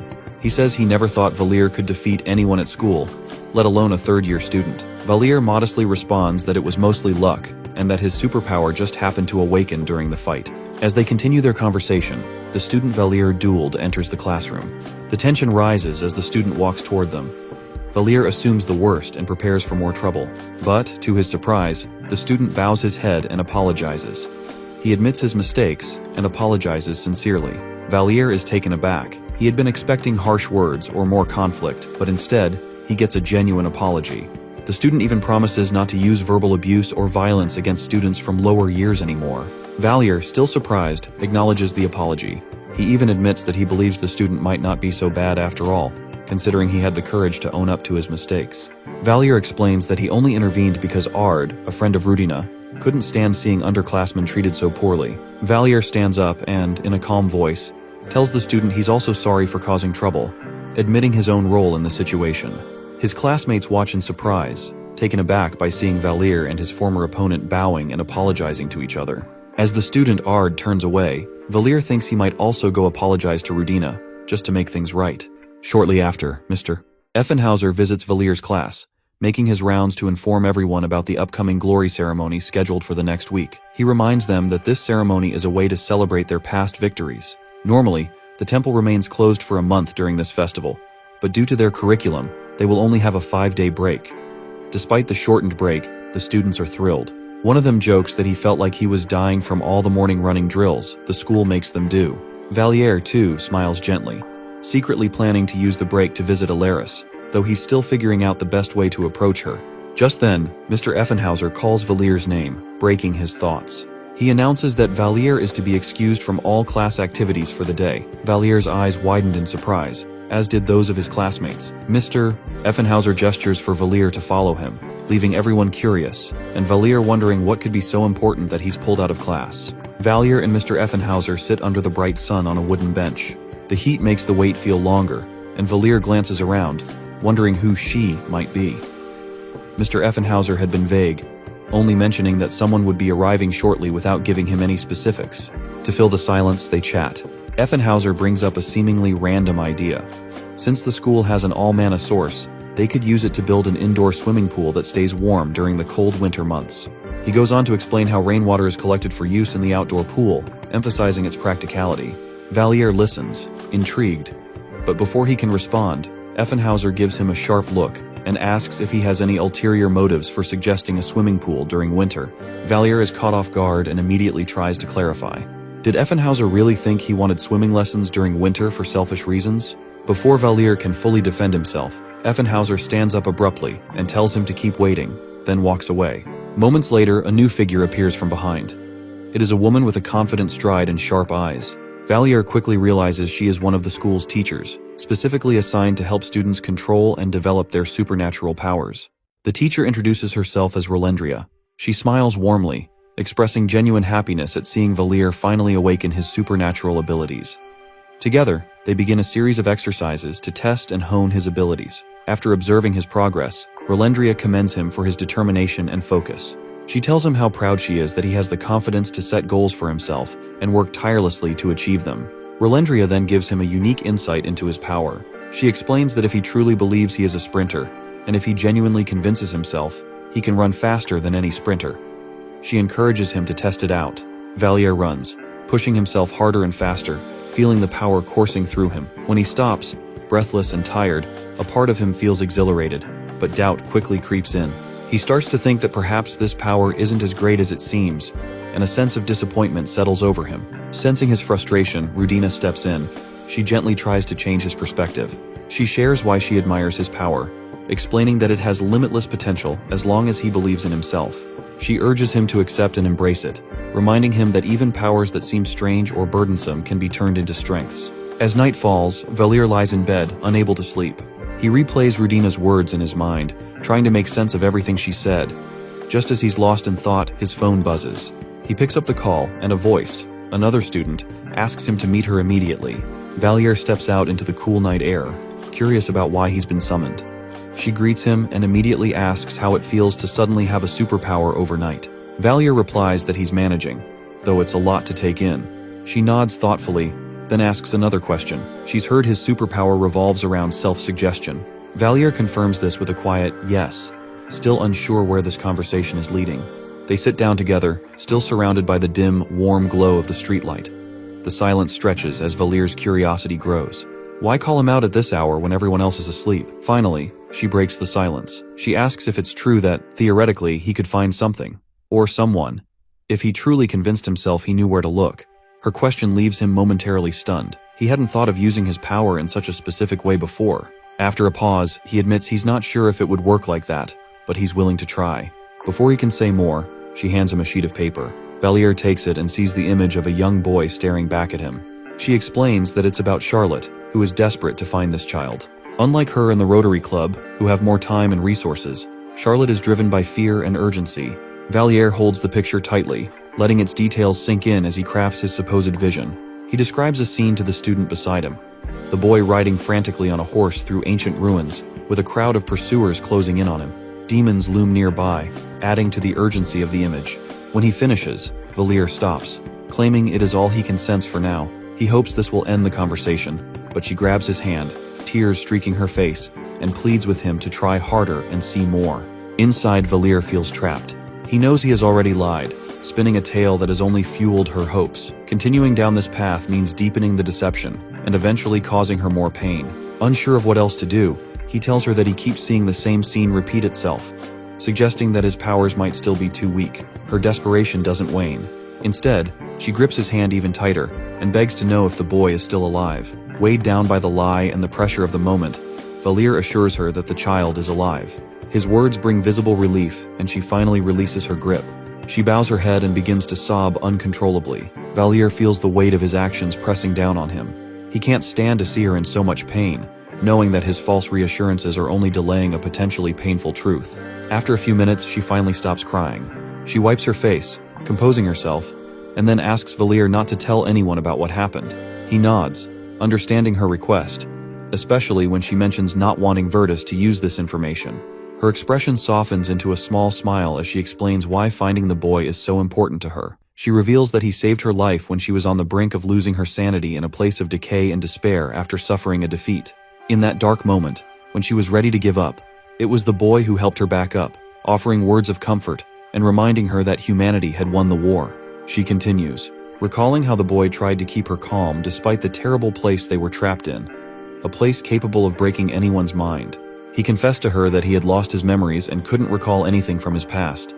Even in his own confusion and fear, he still tried to console her. She smiles faintly as she remembers how he offered her a small piece of a cookie. Since that moment, she had made up her mind to help the boy regain his memories. She tells Valier that it is the reason she has been searching for him, because even if it's only to help him remember, she is determined to be there for him. Valier questions her decision, wondering if it's truly the right thing to do. He asks if it's necessary to help him remember, especially considering the trauma he must have gone through in the demon castle. He warns her that bringing back those painful memories might only cause more suffering. Charlotte acknowledges his concerns, but insists that it's something she and the boy will need to decide together if they meet again. She pleads with Valier, asking for his help to find him with everything he can. As she prepares to leave, she promises that if Valier helps her find him, she will do anything in her power to give him whatever he asks for in return. Her determination catches Valier off guard, and he tries to caution her, telling her that it might be dangerous to make such a promise to someone like him. But Charlotte doesn't hesitate, telling him she doesn't care and walks away with purpose. Valier takes a step forward, but before he can go far, he hears a voice behind him. He turns to find Virtus standing there, watching him with an unreadable expression. Virtus remarks that Charlotte is still searching for the boy, clearly concerned. Virtus then speaks, his tone calm but carrying an underlying message. He expresses hope that Valier and Charlotte have been using the school's Rotary Club to search for the boy, rather than trying to do it on their own. Valier instantly understands what he means. Stay in your lane and don't cause any unnecessary trouble. He knows this is Virtus's way of reminding him not to overstep, to avoid drawing attention, and to rely on the established system, rather than acting independently. Valier realizes that Virtus has been watching him closely ever since he joined the school, always keeping tabs on his actions. Valier responds cautiously, telling Virtus that all he has is the boy's picture and no concrete leads on where to find him. He admits that his efforts may be futile, but he says this not out of defeat, but to reassure Virtus that he isn't doing anything rash or out of line. He doesn't want to give the impression that he is becoming too involved, which might draw unwanted scrutiny. Virtus then shifts the conversation, asking if Valier knows who the boy is to Charlotte. Valier answers truthfully, saying that he doesn't know. Virtus nods, seemingly satisfied with this answer. He continues, saying that if Valier happens to see or hear anything about the boy before he does, he should let him know immediately. As he starts to walk away, he turns back once more, his eyes narrowing slightly. He asks Valier if he's running from the Thieves Guild leader, a question that catches Valier off guard. Valier quickly denies it, insisting that he has never been involved with the Thieves Guild. Virtus smirks, almost as if finding the situation amusing, but his next words carry a hint of disdain. He tells Valier that it's a shame he's only with the Rotary Club, as though it's a less respectable or less powerful affiliation. Valier stands there, still processing Virtus's words. The remark about the Thieves Guild leader lingers in his mind. Virtus's statement, saying that even if crime is swept off the streets, it will always find its way to the sewers, leaves Valier feeling more confused than before. He can't fully grasp what Virtus means, but the comment carries a sense of inevitability, as if the underworld will always have a way of resurfacing no matter how much society tries to erase it. Virtus then makes his point clear, suggesting that someone like Valier, with his potential and power, could one day rise to become the leader of the Thieves Guild. Valier could harness his abilities in a way that could give him power and influence. The suggestion catches Valier completely off guard. He is surprised and taken aback by the notion, never imagining that Virtus would see him in that light. The idea of leading a criminal organization does not sit comfortably with him, but Virtus's words linger in the back of his mind. The school day comes to an end, marking the start of the Glory Festival the next day. The students are excited and ready to go home, looking forward to the break. As Valier walks through the school grounds, he runs into Rudina, who suggests that he might come for some training during the break. Valier, still preoccupied with his thoughts about Virtus's words, tells her he plans to sleep through the break but will train before going home today. They exchange their goodbyes and Valier heads toward the field. As he trains, however, his focus is not on the exercises or improving his skills. Instead, his mind keeps returning to Virtus's words about becoming the leader of the Thieves Guild. Valier can hardly believe the conversation he has had with Virtus. To think that someone so close to the throne, someone in such a position of power, would speak so casually about dark matters. Virtus's words echo in his mind, and though Valier is shocked by everything that has been said, Virtus seems to believe that Valier has probably considered such ideas himself. It's unsettling, but the more Valier thinks about it, the more he realizes that Virtus might have a point. The suggestion that Valier could one day lead the Thieves Guild isn't just an empty statement. It feels like a calculated observation. During the break, as Valier trains with Ellen, he finds himself unable to focus. His mind drifts back to his conversation with Virtus. Ellen has to remind him to concentrate more than 3 times, but despite her efforts, Valier is simply too distracted. Finally, he admits he's too tired to continue. He knows it's not just physical exhaustion that's affecting him. It's the weight of Virtus's words that keeps circling in his thoughts, clouding his focus. As Ellen continues with her swordsmanship training, Valier decides to take a break. He heads to the kitchen to make some sandwiches for her, knowing she'll be hungry after her intense training session. But when he arrives, he is shocked by what he sees. Ellen is lying on the floor, unconscious. Ellen lies in bed, her body still weak but her mind drifting into a dream. In her dream, she is a child again, crying desperately as she tells someone named Reagan not to go, pleading with him not to leave for battle. Her voice trembles with fear, and tears fall as Reagan walks away, leaving her behind. The pain of that memory feels all too real, but suddenly everything fades, and she slowly opens her eyes. The first thing Ellen sees when she wakes up is Valier sitting by her side. He feels a wave of relief wash over him when her eyes flutter open, grateful that she is conscious again. She looks confused for a moment, her gaze unfocused, before she asks where she is. Valier answers gently, telling her she is in the infirmary, as he adds that she should try not to pass out like that again. The nurse, who had been standing nearby, chimes in with her own thoughts. She tells Ellen that she is lucky Valier found her when he did, as the situation could have turned much more serious if he hadn't carried her to the infirmary so quickly. Ellen, still groggy, glances at Valier, surprised by what the nurse says next. The nurse mentions how Valier had carried her on his back all the way here, shouting for help and making sure she got medical attention right away. Valier, hearing the praise, becomes flustered. His face flushes with embarrassment as he shyly looks away, not sure how to react to the nurse's words. As the nurse leaves the room, she calls out one last piece of advice to Ellen, telling her not to train like she's trying to die again. With a slight smile, the nurse exits, leaving the two of them alone. Valier turns to Ellen, his voice laced with concern as he asks what happened. Ellen hesitates for a moment before answering, her voice soft as she recalls what took place. While practicing, she had lost her balance and hit her head against the wooden training dummy she had been using. The impact had been hard enough to knock her out, leading to her fainting. She mentions the possibility of a concussion, and Valier's face grows more serious as the realization hits him. He had just saved her life. He presses her to admit it, and she reluctantly agrees, knowing that he's right. Valier's tone softens as he tells her to get out of bed. The nurse has already performed a healing spell on her, meaning she should be well enough to move around now. He heads toward the door, suggesting that she get dressed so they can go home and enjoy the sandwiches he made for her. Ellen watches him, still a little amazed by his behavior. She never expected Valier to be so caring, especially after everything that's happened. It's a side of him she hasn't seen before, and she feels a warmth in her chest at his thoughtful gesture. However, as Valier turns to leave, he pauses and looks back at her with a worried expression. Ellen tells him she plans to take a bath in the infirmary before they leave. Valier, more concerned about time, objects, reminding her that if she takes a bath now, they'll be running the risk of getting caught by curfew. Valier, feeling a bit awkward, tries to push aside any lingering doubts as he stands in the room waiting for Ellen. It's his first time in her room, and he tells himself that there's nothing to be worried about. After all, Ellen is younger than him, and he's confident that nothing inappropriate will happen between them. Still, he can't help but feel a bit out of place as he looks around. The room is sparsely furnished, just a suitcase and some workout equipment scattered around the space. The rain outside taps gently against the window, adding to the quiet ambiance. As he waits, he does his best to convince himself that it's not a big deal to be in a room with someone of the opposite gender. He's just here to eat and share a meal, he thinks, nothing more. When Ellen finally steps out, looking slightly refreshed after her bath, Valier lets out a small sigh of relief and suggests they eat the sandwiches he made for her. As they begin to eat, Valier notices that Ellen is lost in thought. Her usual lively energy seems absent, replaced by a quiet intensity. He gently tries to reassure her, telling her not to worry, reminding her that it's normal for anyone to feel lost or uncertain at times. He tells her that it's part of life, and everyone goes through moments where they feel like they can't do anything. Ellen looks up at him, as if she's trying to figure something out in her mind, before asking him a question that takes Valier by surprise. She asks if he would be willing to save the world, even if it meant sacrificing himself. The question lingers in the air, and Valier realizes that there's something deeper behind it. Ellen doesn't just mean saving the world in a metaphorical sense, there's an underlying fear of death in her voice.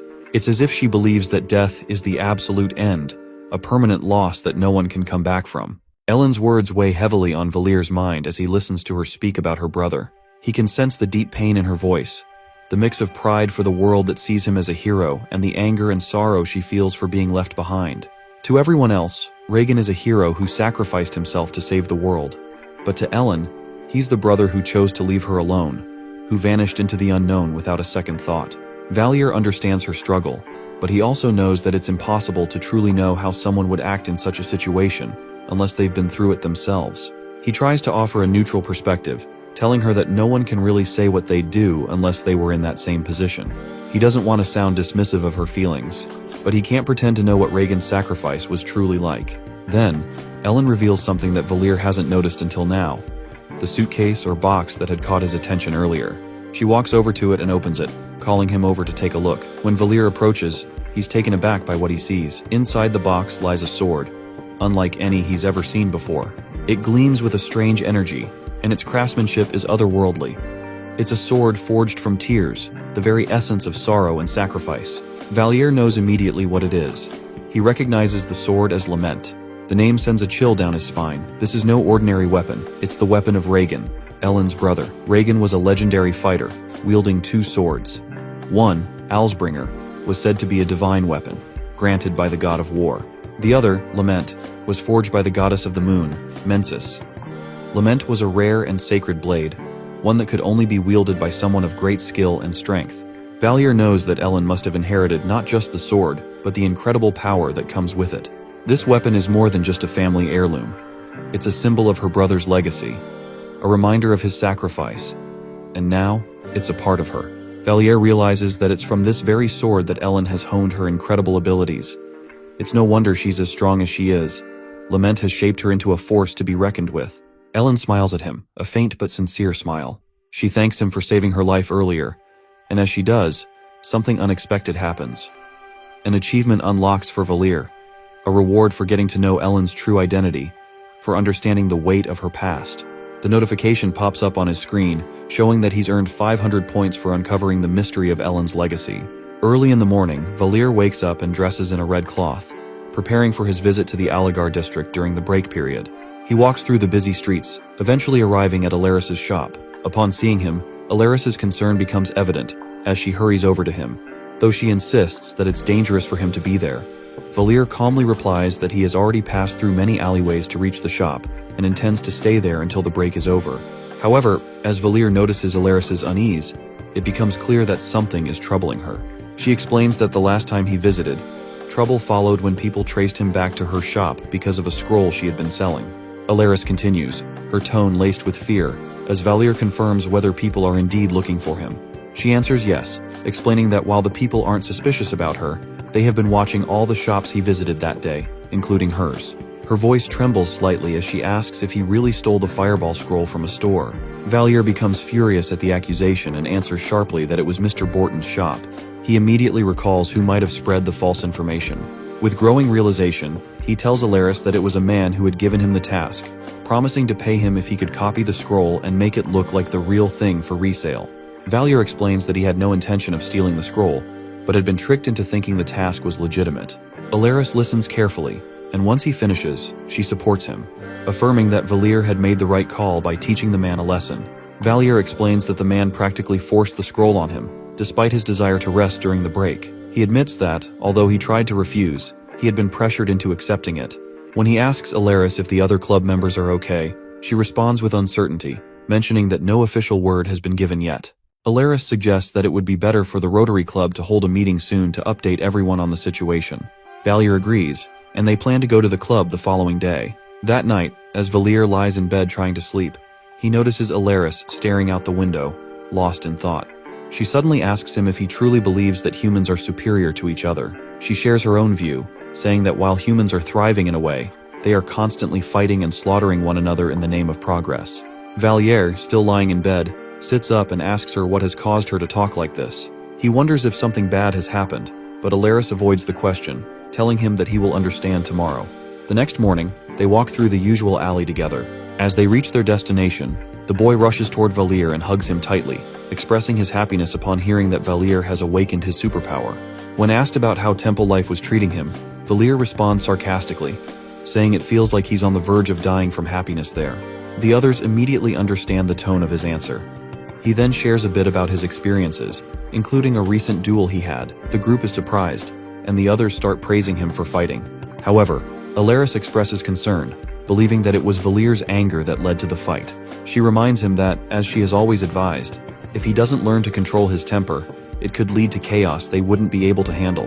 Alaris's frustration grows as she scolds him for not keeping a low profile, but Valier interrupts her, asking what it was that she was supposed to tell him today. The group falls silent, reluctant to speak at first. Finally, the boy among them speaks up. He explains that during the Glory Festival, they learned that demons were being captured and traded in the capital's black market. Valier is shocked by this revelation, as the last time he had heard, all those involved in such activities had been killed after the war. Valier asks why the demon prisoners are being traded in the black market in the first place. One of them responds, explaining that it's curiosity driving the desire to collect them. Valier is furious, unable to believe what he's hearing. People are collecting demons like pets and separating orcs and goblins, focusing only on demons.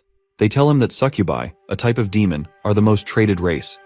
The reason for collecting them, they explain, is because of their human-like form. What surprises Valier even more is that these demons, who are usually known to consume humans, especially their organs, are being targeted. Alaris adds that while it's true succubi eat humans, they can be brainwashed to stop that behavior. If that doesn't work, surgeries can be done on them, much like with incubi. Valier, still shocked, asks what their plan is now. Looking at the group, it seems they want to save the prisoners. They admit they do, but there's hesitation. If they try and fail, it could expose them all, including Valier. Valier sees that, despite the slim chance of success, they have made it their priority to save the demon prisoners. It's clear that they are waiting on him to lead them in rescuing their people from the life of slavery. But the truth is, Valier isn't even a true demon. He's just a middle-aged man now tasked with a mission to save prisoners, putting himself at risk. It feels like they are asking him to help rebuild the demon race to what it once was, like in the old days. Lost in thought, unsure of what to do or even what to say, Valier sits there, the weight of their expectations pressing on him. The group watches him expectantly, waiting for his response. Alaris, noticing his internal struggle, moves closer, apologizing for bringing it up so suddenly and for putting him on the spot. Valier, still overwhelmed, mutters that he can't believe he hasn't had a good night's sleep in a while. Before anyone can fully comprehend what he's saying, Valier stands up from the chair he was sitting in, his resolve forming. He tells them that since they are committed to saving their people, he will join them in their plan. The group is taken aback by his sudden decision, surprised by his willingness to take on such a dangerous mission. They are all deeply moved by Valier's willingness to take action immediately, despite the danger. Alaris is the first to speak, outlining what needs to be done for the mission to succeed. She explains that, in order to make any progress, they need to gather 3 pieces of critical information. First, the location where the demons are being kept. Second, how many demons are imprisoned. And third, the level of security surrounding their captors. The second male in the group, having been silent until now, steps forward to offer his insight. He acknowledges that it's incredibly difficult to gather reliable information about the black market, but fortunately, he has a few trusted contacts who can provide the details they need. These contacts are well connected to the nobility, which makes them the perfect source of information, since the black market's activities are largely controlled by the upper class. Valier, still processing all this new information, asks how they can learn about the individuals in charge of the black market. The male responds, revealing that the operation is actually a joint effort between the Imperial Army's guards and the nobles. They've built a secret prison specifically for the demons, a place well out of the public's view. Valier is stunned by this, asking if someone in the Imperial Army might be involved. The male admits that if a high-ranking officer is in charge of the operation, those beneath him might not have any idea about what's truly happening. Valier's mind races with the implications, and he asks whether the Imperial family might be in the dark as well. Alaris and the others exchange a brief glance before Alaris responds. She explains that while it's possible the Imperial family may be unaware, it's not unlikely that certain high-ranking officials within the Empire are either complicit or at least turning a blind eye to what's happening. The Empire is vast, and those in power often have their own hidden agendas, making it easy for such activities to go unnoticed, especially when powerful figures are involved. He tells the group firmly that their current plan won't work and that they need to come up with another strategy. He also wonders if there might be powerful mages involved in capturing the demons, mages with abilities that could prevent anyone from rescuing them. His frustration grows as he thinks about the anti-magic fields that could easily neutralize them, feeling more helpless with each passing moment. Alaris listens carefully to his concerns, then suggests a different approach. She warns that they should not attempt to rescue the prisoners when the black market opens for the auction. The security will be at its tightest then, with the demons being sold off to the highest bidder. Instead, she proposes that they strike earlier, before the auction takes place. She explains that the security will be weaker before the auction, which is when the demons are still being stored and unaccounted for. Once they're sold, the demons will belong to private owners, and escaping will be even more difficult, as the new owners will have full control over them. If they act before the auction, when the demons are still contained, they'll have a better chance of freeing them without facing overwhelming resistance. The group agrees to the plan, despite knowing how difficult and risky it will be. They understand that the best way to save the demons is to strike before the auction begins, when they are still in captivity. However, Valier knows that even though they want to save the demons, there's a significant risk involved. Once they begin rescuing prisoners, word will spread quickly, and it won't be long before the nobles tighten their grip on the security around the black market. The thought of the Empire getting involved in the matter troubles him further, as the consequences of any Imperial involvement could endanger the entire operation. He knows that if the Imperial family hears about it, there will be a massive uproar. This could lead to the end of their plan before it even begins. Sarkagar and Loyar, the other two demons involved in the plan, are also willing to proceed, even though they understand the risks. Despite Valier's reservations, the urgency of the situation is clear. He begins to think more deeply about how they can pull this off. As he contemplates their options, he realizes that it's unlikely they can move all the prisoners at once without drawing too much attention. But Alaris offers a potential solution. She suggests that she could teleport the demons out, although it will take her about half an hour to prepare the necessary spell.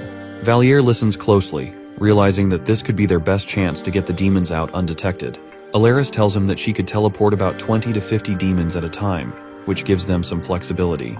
However, Valier knows that even with Alaris's magic, they can't save all the demons at once. So, he starts to think of ways to create a distraction, something that will make it easier for them to get the prisoners out without being caught. An idea forms in his mind, and he shares it with the group. They need to make the auction public. If they can get the people to know about the auction and expose the nobles who are behind it, it might make things more difficult for the black market traders and force the nobles to back off. Though Alaris warns that spreading such a rumor is illegal and could have severe consequences, Valier believes that it's a necessary risk. If the nobles are seen as being involved in the trafficking of demons, the public outcry could put pressure on them, possibly forcing them to shut down the auction, or at least loosen their security. The group is feeling the pressure as they continue to discuss their plan. Valier understands that spreading the rumor about the nobles being involved in the black market trade will cause huge problems. If the people find out, riots will break out and the nobles will lose their power. Alaris worries about what will happen if the Imperial army steps in to stop the riots. Valier reassures her that the army won't do much. He explains that the Holy Knights, who work for the church, are too powerful for the Imperial army to fight. If the Empire tries to suppress the riots, it could anger the Holy House, which the Empire cannot afford. Valier believes the only way the Empire can fix the situation is to hand the prisoners over to the Holy Knights. The Holy House might ask for an apology from the Imperial family, but they won't act too quickly. Valier thinks this gives them a chance to act while the prisoners are moved. Alaris and the others listen carefully. They know that once the Holy Knights are involved, their plan will be more difficult, but they also realize it may be the only option to save the prisoners. Valier suggests that when the prisoners are moved, they can use magic to teleport them out of the area before anyone notices. The plan isn't perfect, and there are many risks, but it's the best they have. By involving the Holy Knights, they hope to save the prisoners without the immediate threat of death. Valier believes that if they time it right, they can get the demons out safely and avoid being caught. With the rumors already spreading, the group knows they need to move quickly. If they can get the Holy Knights involved and expose the truth about the black market, they may have a chance to free the prisoners and protect themselves from the consequences.